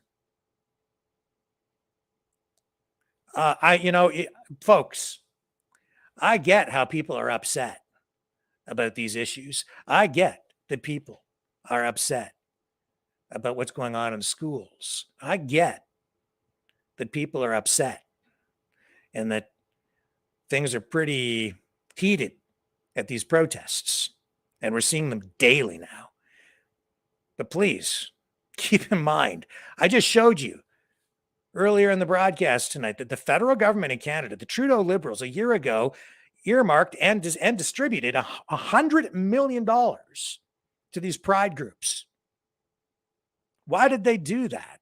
Well, it's political payola. It's also a way to engineer socially our society by getting these groups to go out and become not just, proud of what they are or their sexual orientation. They've turned these groups into political activist groups. And they're all out there pushing your buttons on purpose to get you jacked up. And that is exactly what is happening. And the people on the other side, the freedom side or whatever side, however you want to characterize it, there are people on the other side who are out there and they've latched onto this as an issue as well. And they're taking the bait and they're out there and they're protesting. And some people are so emotional and they take things so far and they can't keep their head screwed on straight that you get something like that happening. And then that discredits the entire freedom side, doesn't it? It becomes a flashpoint for people overall. And that's not helpful. I want nothing to do with a guy like that. I would never do anything like that. I would never encourage anybody to do anything like that. That is honestly sick. It's cruel, actually. I don't care if you disagree with somebody on some political issue or social issue or whatever, or how extreme you think that the other person on the other side is. You don't do something like that. You don't hurt people like that. That's wrong. Now you're just as bad or worse than the person on the other side. I have no issues with him being charged for doing that. He had no right to be in there. And that people, I've seen people, go in with these. A hospital is not a public place. A person's hospital room is not a public place. Yes, funded by the government, absolutely. But that's a private location. That's patient confidentiality. You have no right to go in there and do that kind of thing. Discredits the entire damn movement. Wrong. Sorry. I'm not defending that. That's indefensible. So just stop. Just stop, man. Wow. Can you freaking believe that? I can't. Blows my mind. Anyway, okay, what else do we have to show you tonight? It's just so distasteful. There were more protests today, more pride protests. Honestly, it's just getting to the point where a lot of it is absurd. There'll be another one tomorrow, so I'm not going to focus on it tonight. And there'll be one the day after that too. There'll be all kinds of them over the weekend everywhere. And yeah, tonight Daniel Ellsberg passed away. As I mentioned earlier, he is the whistleblower, worked for the Grand Corporation, who had access to documents from the government in the United States at the time, showing that the U.S. government had determined that they really couldn't win the Vietnam War, and yet they were telling the public something entirely different, saying that they were in it to win it when they really had no intention to win it. And those documents eventually were published on the front page of the New York Times and then other papers who backed up the New York Times. There's, there are a few movies out about it, and you can learn more about the history if you want to. There's all kinds of information about it out there. We don't have to go into the details here, but his case also figures into what is happening with Julian Assange, and his case is a WikiLeaks whistleblower. In fact, Ellsberg, I think, actually did testify during hearings into in the Assange case when he was tried. So, or when he was before the courts. So, yeah, there's all of that going on tonight too. Now, it is now 20 after 8. We're going to go to the phones here briefly, and I am going to use the phone system and not the system to allow you guys to hook in here by video. We'll go to the telephones tonight to make those of you who are a little camera shy more comfortable. Stick with me. I'll get the phone system set up, and here is the number to call.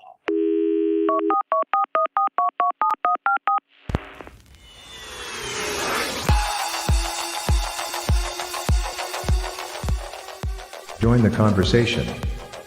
Call 1-833-975-3733. That's 1-833-975. Free. Speak up. Speak out. Make your voice heard.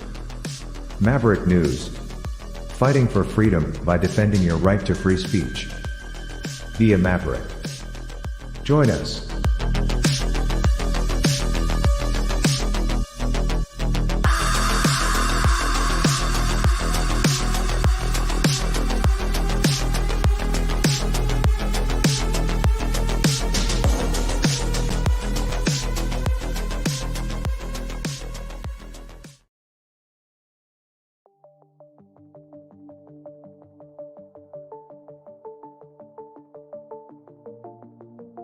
Greetings, brave Mavericks. Our quest for truth continues. We go beyond fake news. Together we expose propaganda. Together we pull others out. of rabbit holes. We are maverick thinkers.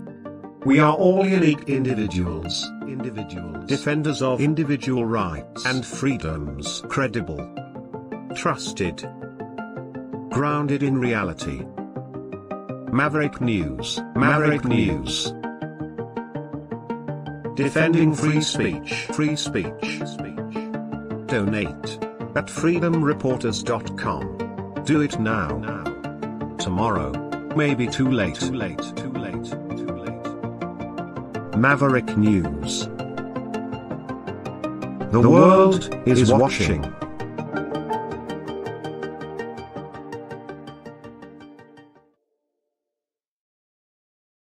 Okay, folks, the system is set up. It's been wonky lately. I'm just waiting for this last little thing to come online in order for the phones to work properly.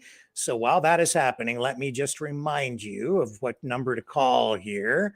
You can call in tonight and join the conversation at 1-833-975-3733. Call now, call often, and I will put you on the air here on the Maverick News channel. And we can talk about anything you really want to tonight. If there are stories that I've missed because I was so focused on our special guest tonight, let me know. We can discuss anything you want and bring us up to date. You guys can be freedom reporters tonight and help out if there's anything, as I say, that I've sort of missed. We do have some calls in the queue, and we're ready to bring everybody online here now. Let me bring up the system. There we go. We're ready to rock and roll with the phones. All right, let's take our first caller of the night, and it is the man himself. Take it away, sir. Give me your intro. You got the mouth of the South, the man without a plan, the master of all disasters, Rick. Welcome. I'm sick and tired of the salesmen out there. There's a lot of people selling a lot of bullshit, I'll tell you. All week long, it's been nothing but sales. What do you mean? Okay? You get the right, the left. Yeah. Everybody's trying to sell you something, okay? You got the fucking right, the left. You got the pride. Everybody's trying to sell you something, and I'm sick of it. Yeah. Really, I am. It's you know what? It's getting to my nerves where I can't watch it anymore. I can't stomach it. As for that chump there that went into the hospital, well, wow. You know, I was driving to the bank today, and on my way to the bank, I'm driving down Olette Avenue. I get to Elliott. Okay, now from Elliott to almost Riverside Drive on Olette Avenue is nothing but junkies, okay, fentanyl heads, crackheads, you name it. Well, I look over, there's 4 junkies standing over top of the guy, and the guy's OD'd right on the fucking sidewalk. This is at 3 o'clock in the afternoon on my way to the bank. And I'm just shaking my head going, man, what's the world coming to? Right? I don't get it. I don't get it at all. Yeah. But I had a good day today. My mother-in-law, like I told you a month ago, she offered me her house across the street for $70,000. Now the house is worth $350,000, and I'm going, you know, maybe I could get this house without using my money at all. Mm-hmm. I don't have to put a cent down. So I went to the bank yesterday, and I told the banker, financial management manager there, I said, I got an opportunity to buy a house for $70,000. They said, what's it look like? I said, it's as nice as my house, if not nicer. Right? So what's your house worth? It's $500,000 any day of the week. He said, why so cheap? I told him the story. So the mother-in-law wants to live in there till the day she dies. She's 75 right now, right? You know, she just wants a little bit of cash, and she don't want her 2 kids to have it, right? She'd rather have me have it than her 2 kids. So for $70,000, the house is mine, and that closes on Tuesday or Wednesday next week. So I'll be a happy camper, right? And as I was leaving her office, she said, "You just became a millionaire." And I was thinking, you know what? I did with the properties that I own. On paper, I look great, but I don't have $1 million laying around, right? So, right. You know, if I was to liquidate and sell everything, yeah, it'd be a great day, but I don't see that day happening, not in this country, right? So just on paper, it's nice. And as I was leaving the bank, I get home and I'm watching not mainstream media, social media, and I seen an article on the Toronto Dominion Bank, and that's who I deal with. And anybody who had direct deposits, like your payroll deposits going in, yeah, something's going on with the banks, Rick. nobody got their pay. I got mine on Wednesday night. I get paid Thursday morning, Wednesday night is the payroll. Mine went through. But if you look at today's news, there's a lot of people waiting for their paychecks from employees or employers, and Yep. you can't even make a transaction through the bank. This story is actually just kind of surfacing through mainstream media, even as we speak. Within the hour, a lot of, and some of them maybe 2 hours ago. There was a story 10 hours ago, but most of them just picking up on it now. Yeah. Okay. The funny thing, the moral to the story is, okay, we've been talking finances now for a few months, and the banks and everything else. Okay, I work like everybody else. Okay, and I don't have 2 pennies to rub together. Okay, but I walked in the bank and my net worth $450 grand. They gave me a line of credit for $450,000 today. I don't need $450,000. I just need 70 to buy the house. Right? Yeah. So if I was to say, okay, I'm going to cash out, I'll take the man. You know, I grew up amongst bank robbers. I didn't think it was this easy to rob a bank if I wanted to rob a bank. Yeah, they use ski mask guns and knives in banknotes to rob banks. You don't have to do that anymore, folks.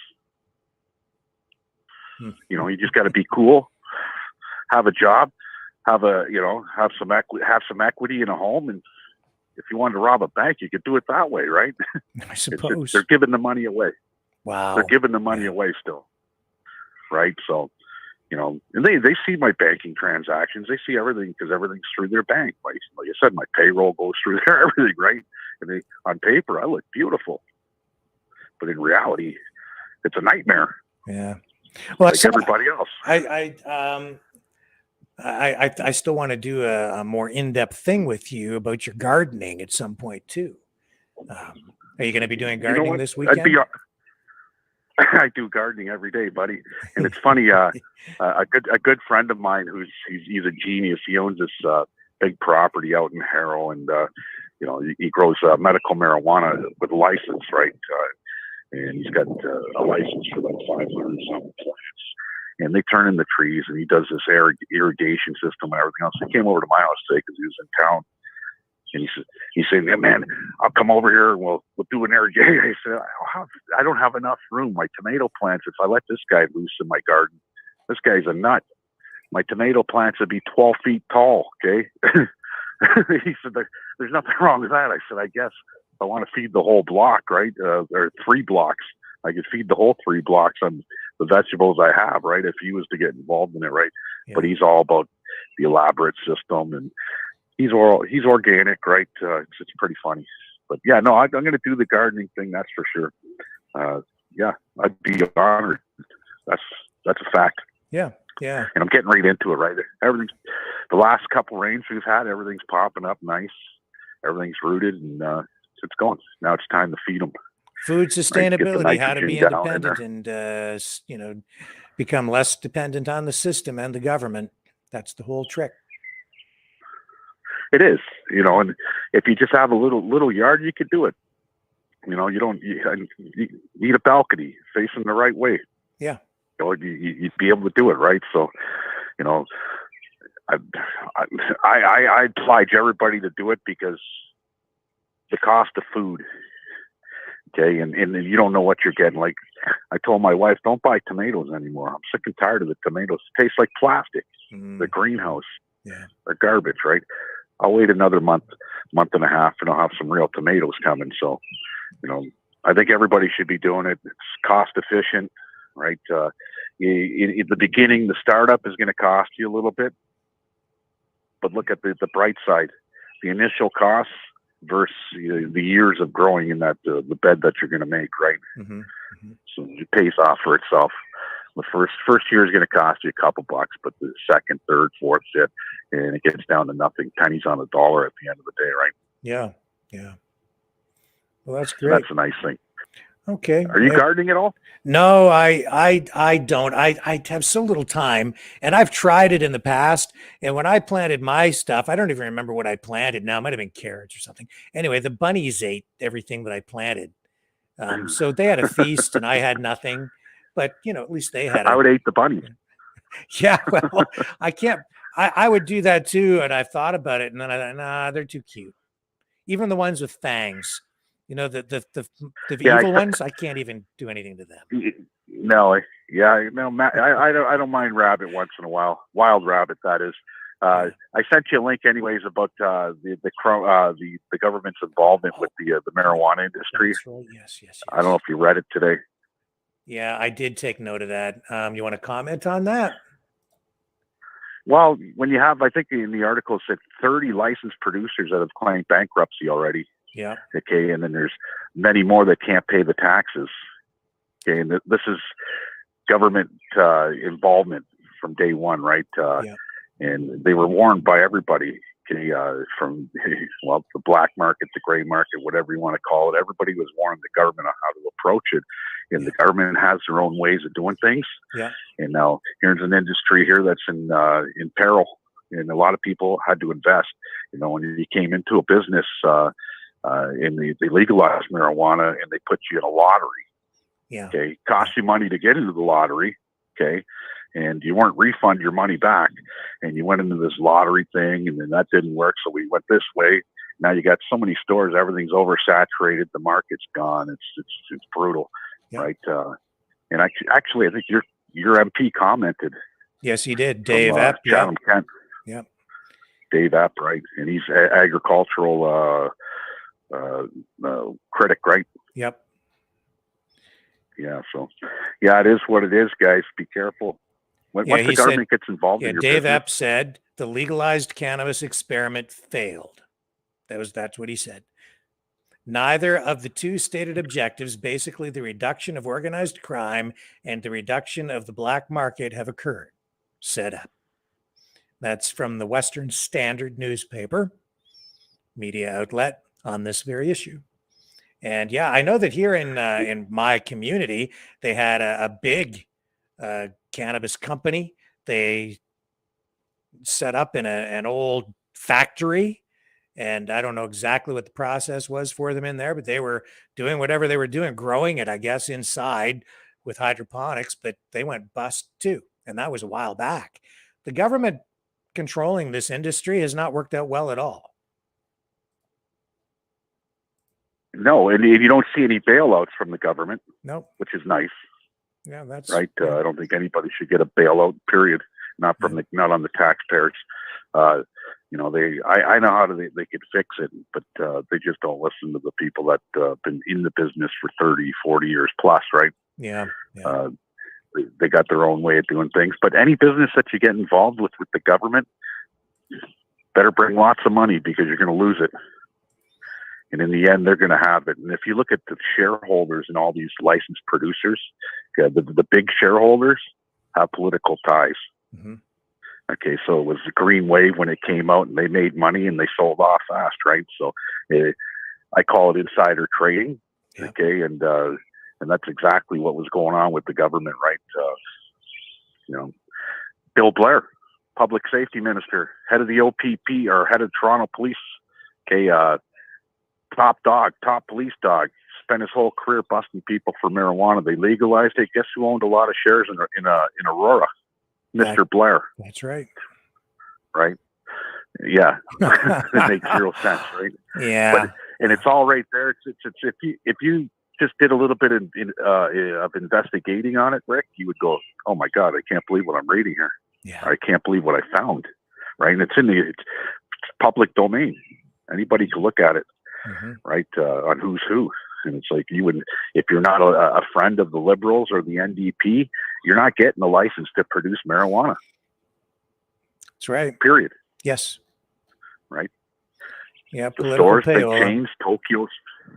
What is right? That's exactly what Joseph was talking about. This is a corporatocracy and a form of economic fascism. That's what it is. It is. Yeah. And it don't matter if it's marijuana or apples and oranges.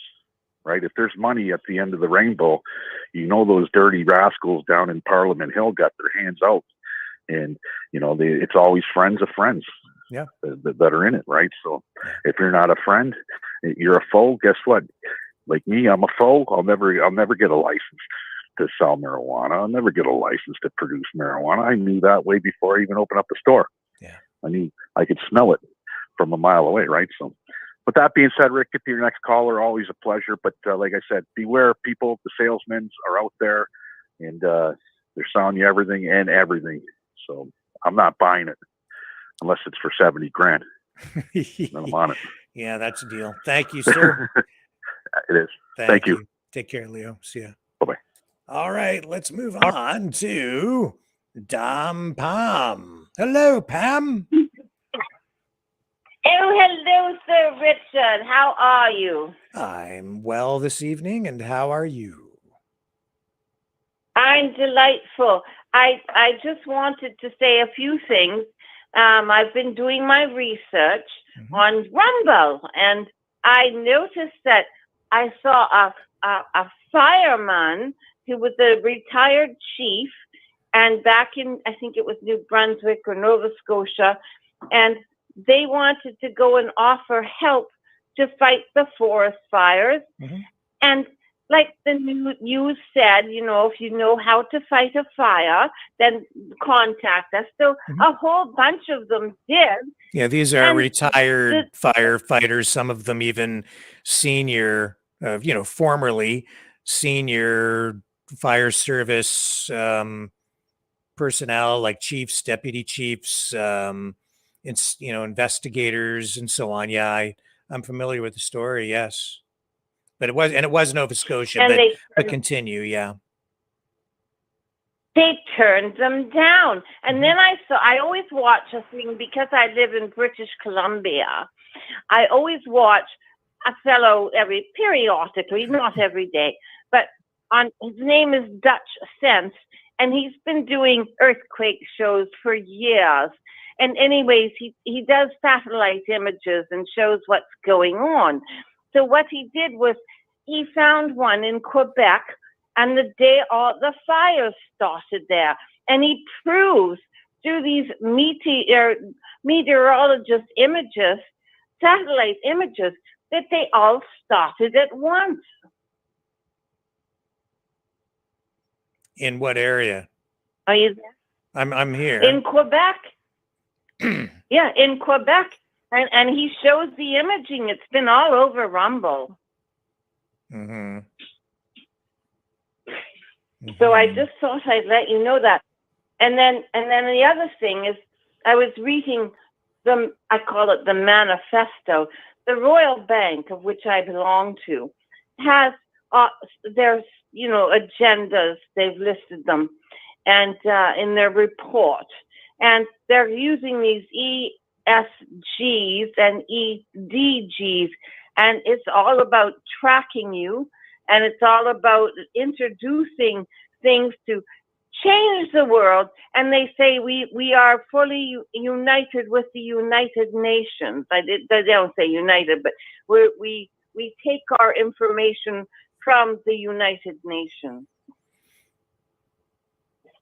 And that is online. If you go to the Royal Bank and you look at their manual, and it shows the employees and how good they treat and all their percentages of how they want to get women up to being 50% in the bank system, and all their ethnic origins that they want to get in there, and the LGBTQ community. And I don't know what's happening. It's getting quite frightening.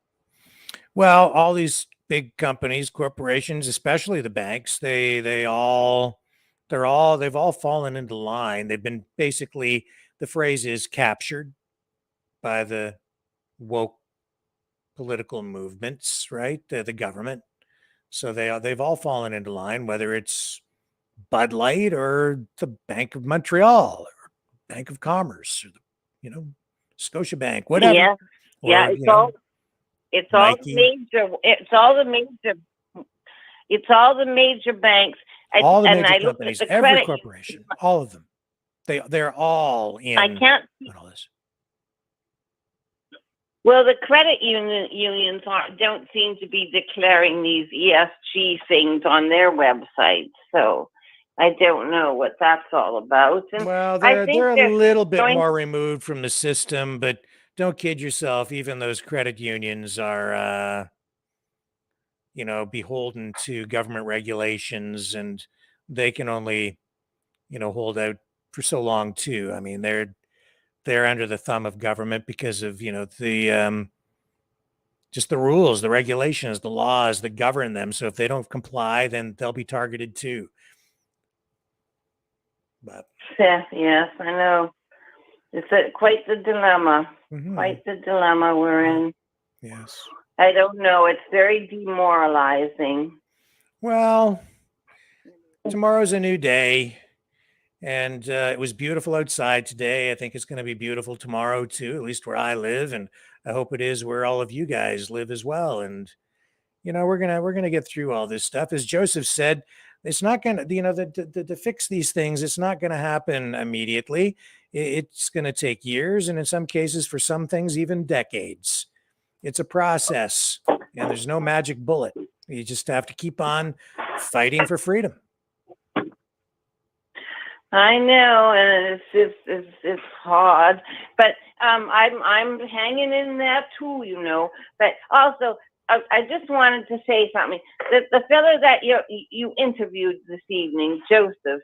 Well, he had some good things to say, but it took too long for him to say them, in my opinion. Or maybe it was too long of an interview, because I saw in your chat that people were rather wanting to hear about Fred, because he went on too long. You don't want to hear about Fred the Freedom Fish? Well, I can get Fred lined up for tomorrow night as one of our contributors. Okay, so we'll have Fred the Freedom Fish on tomorrow evening. How about that? Yes, we do miss Fred. We do miss Fred. Yeah. And Mrs. Fredina Fred is here, and she's fine, and she likes hearing about him a little bit because they've been separated, No, it's terrible. It's terrible. He's lonely. He's still in that tank, but he does have at least some company now, because he had that guy show up with the gun, and they've come to an agreement. And we can dig into that tomorrow as we explore, the quest for a utopian fish society. Yes, I think that would be a good idea, dear. And I'll let you go now and let other callers call. But I just wanted to say hello to all the Maverick family. All right. Thank you, Pam. You have a great night. Okay. God bless. Bye-bye. See ya. All right, who do we have on the line now? Hello, welcome. Hello, how are you? I'm fine. Who do we have? It's Chris. Oh, hello. All the way from, well, tell people where you're calling Alberta. from. Right. I'm calling from Alberta. That's all I'm going to say. You know where I am, but I'm just going to say Alberta. Yeah. You missed out on a couple of news items this week.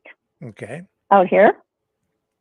So the town of Etzen, those people had been evacuated a second time. So now they're able to return home. Things are slowly coming back, like the stores and stuff. They're still on 4-hour notice, because the fire is still only 2 kilometers south of the town. So, but we had a heavy rain here the other day, and it got really cool. So I think that kind of helped the fire a lot. Yep. I know it helped my lawn a lot. Yeah. And we also had on Wednesday, because the system was the severe storms and everything, we also had 11 tornadoes pop up from Lethbridge going north all the way. It went north and it went east. There's 11 tornadoes reported within a couple hours. Wow. The storm chasers couldn't keep up to them. And if you actually go on to like the Weather Network or anything like that, you'll see them all. It was incredible. Luckily, there was nothing this way, but there was some pretty big ones. They were pretty nasty. I've never seen tornadoes this large ever. It's very scary.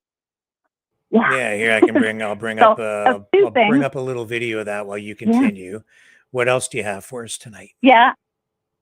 And you know how they say that the government wants us to eventually, eat bugs. Oh yeah, they Well, do. I got a whole yard full of bugs. I have maple bugs like you wouldn't believe this year. I can't. Oh, I've yeah? tried everything. They're in my garage. They're on my walls in my garage. They're just so, I guess if we ever have to eat bugs, I guess I could sell them. Well, I don't even want to laugh about it because I mean it's a real thing. Like they're really doing it. This video is from Enchant, Alberta, and yeah, this is a huge funnel cloud there. Holy smokes!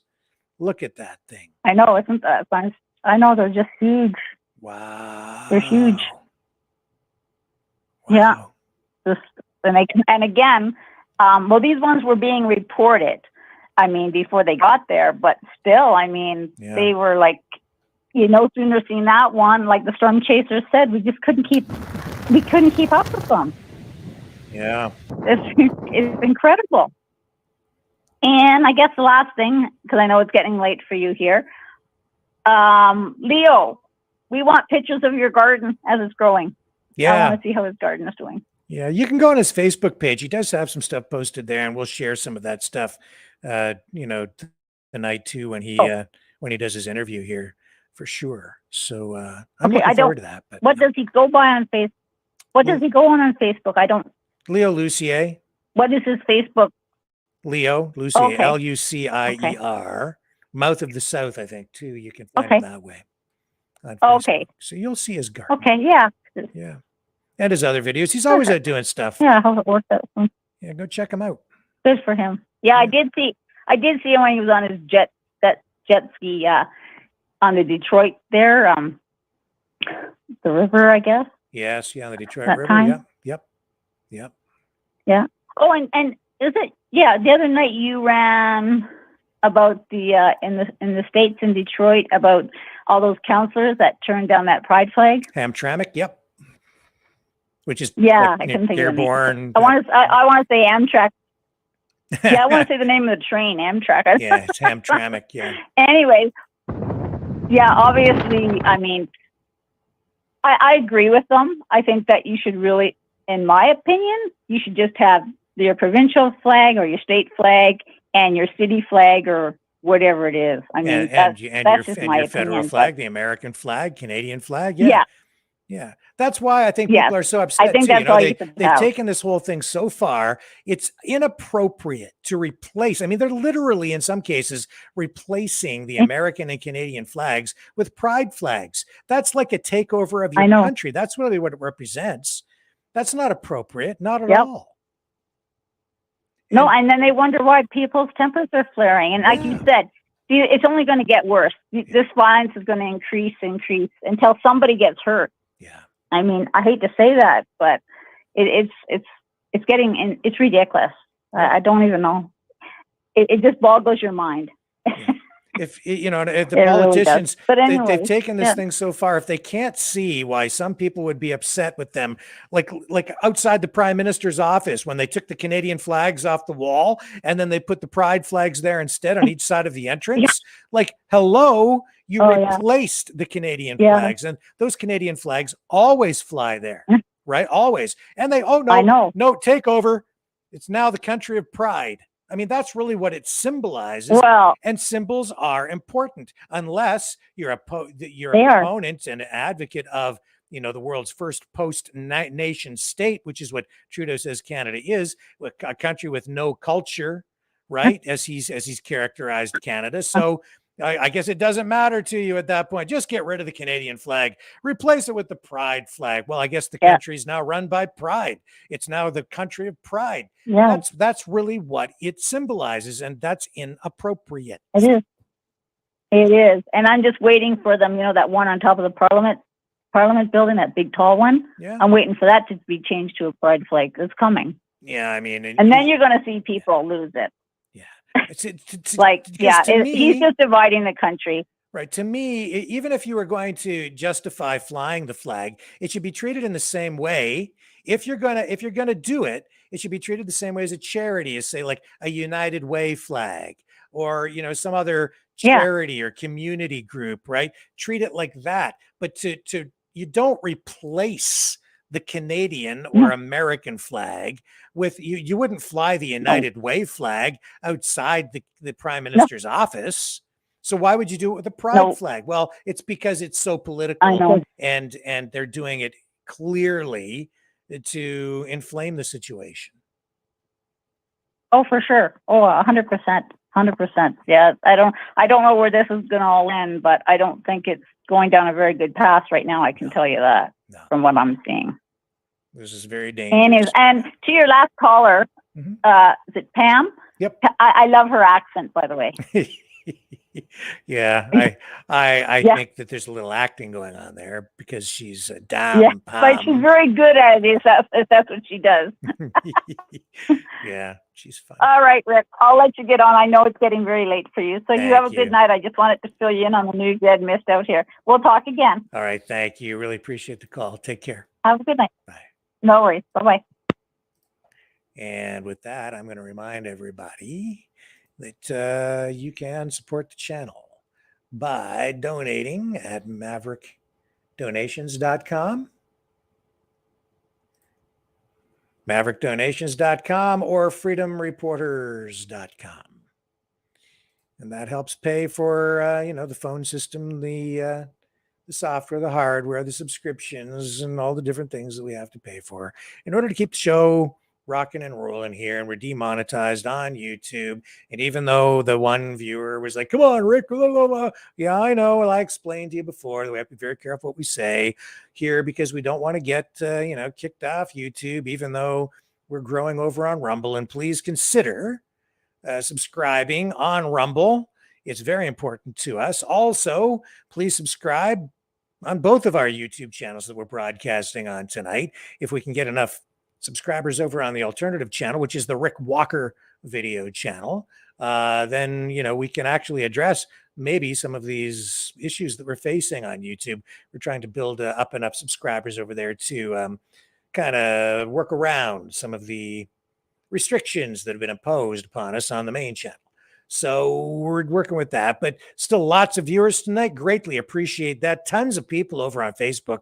We're growing like crazy over on Facebook, actually. And then afterward, we do the rebroadcast where we upload the show to BitChute and CloudHub and HugeTube. And we do have some stuff over on Brighteon as well. I don't post everything because they have a limit on how long these videos can be. And we often go well beyond their limit. So I have to do some post-production in order to shorten things up so that it fits their format. But we do have some postings over there as well. And we have some shorter stuff over on TikTok as well as we build over on that format. And if you guys can go over onto TikTok and subscribe to the Maverick News channel over on TikTok, that would be extremely helpful because then we can do some live streaming over there as well. We have to build it up to a certain level in order to qualify for live streaming privileges on the TikTok platform. But we're getting close over there too. And then we can expand out over there and get even more viewers. So that would help the channel immensely. Thank you everyone for joining us here on the Maverick News channel tonight. I will be back tomorrow evening with more news of the day, news of the week, and news to defrag your mind. At 6 p.m. Eastern Standard Time, because I'm just a sucker for punishment, I guess, and I will catch everyone back here. Love y'all. Tomorrow night, 6 p.m. Eastern Standard Time on the flip side.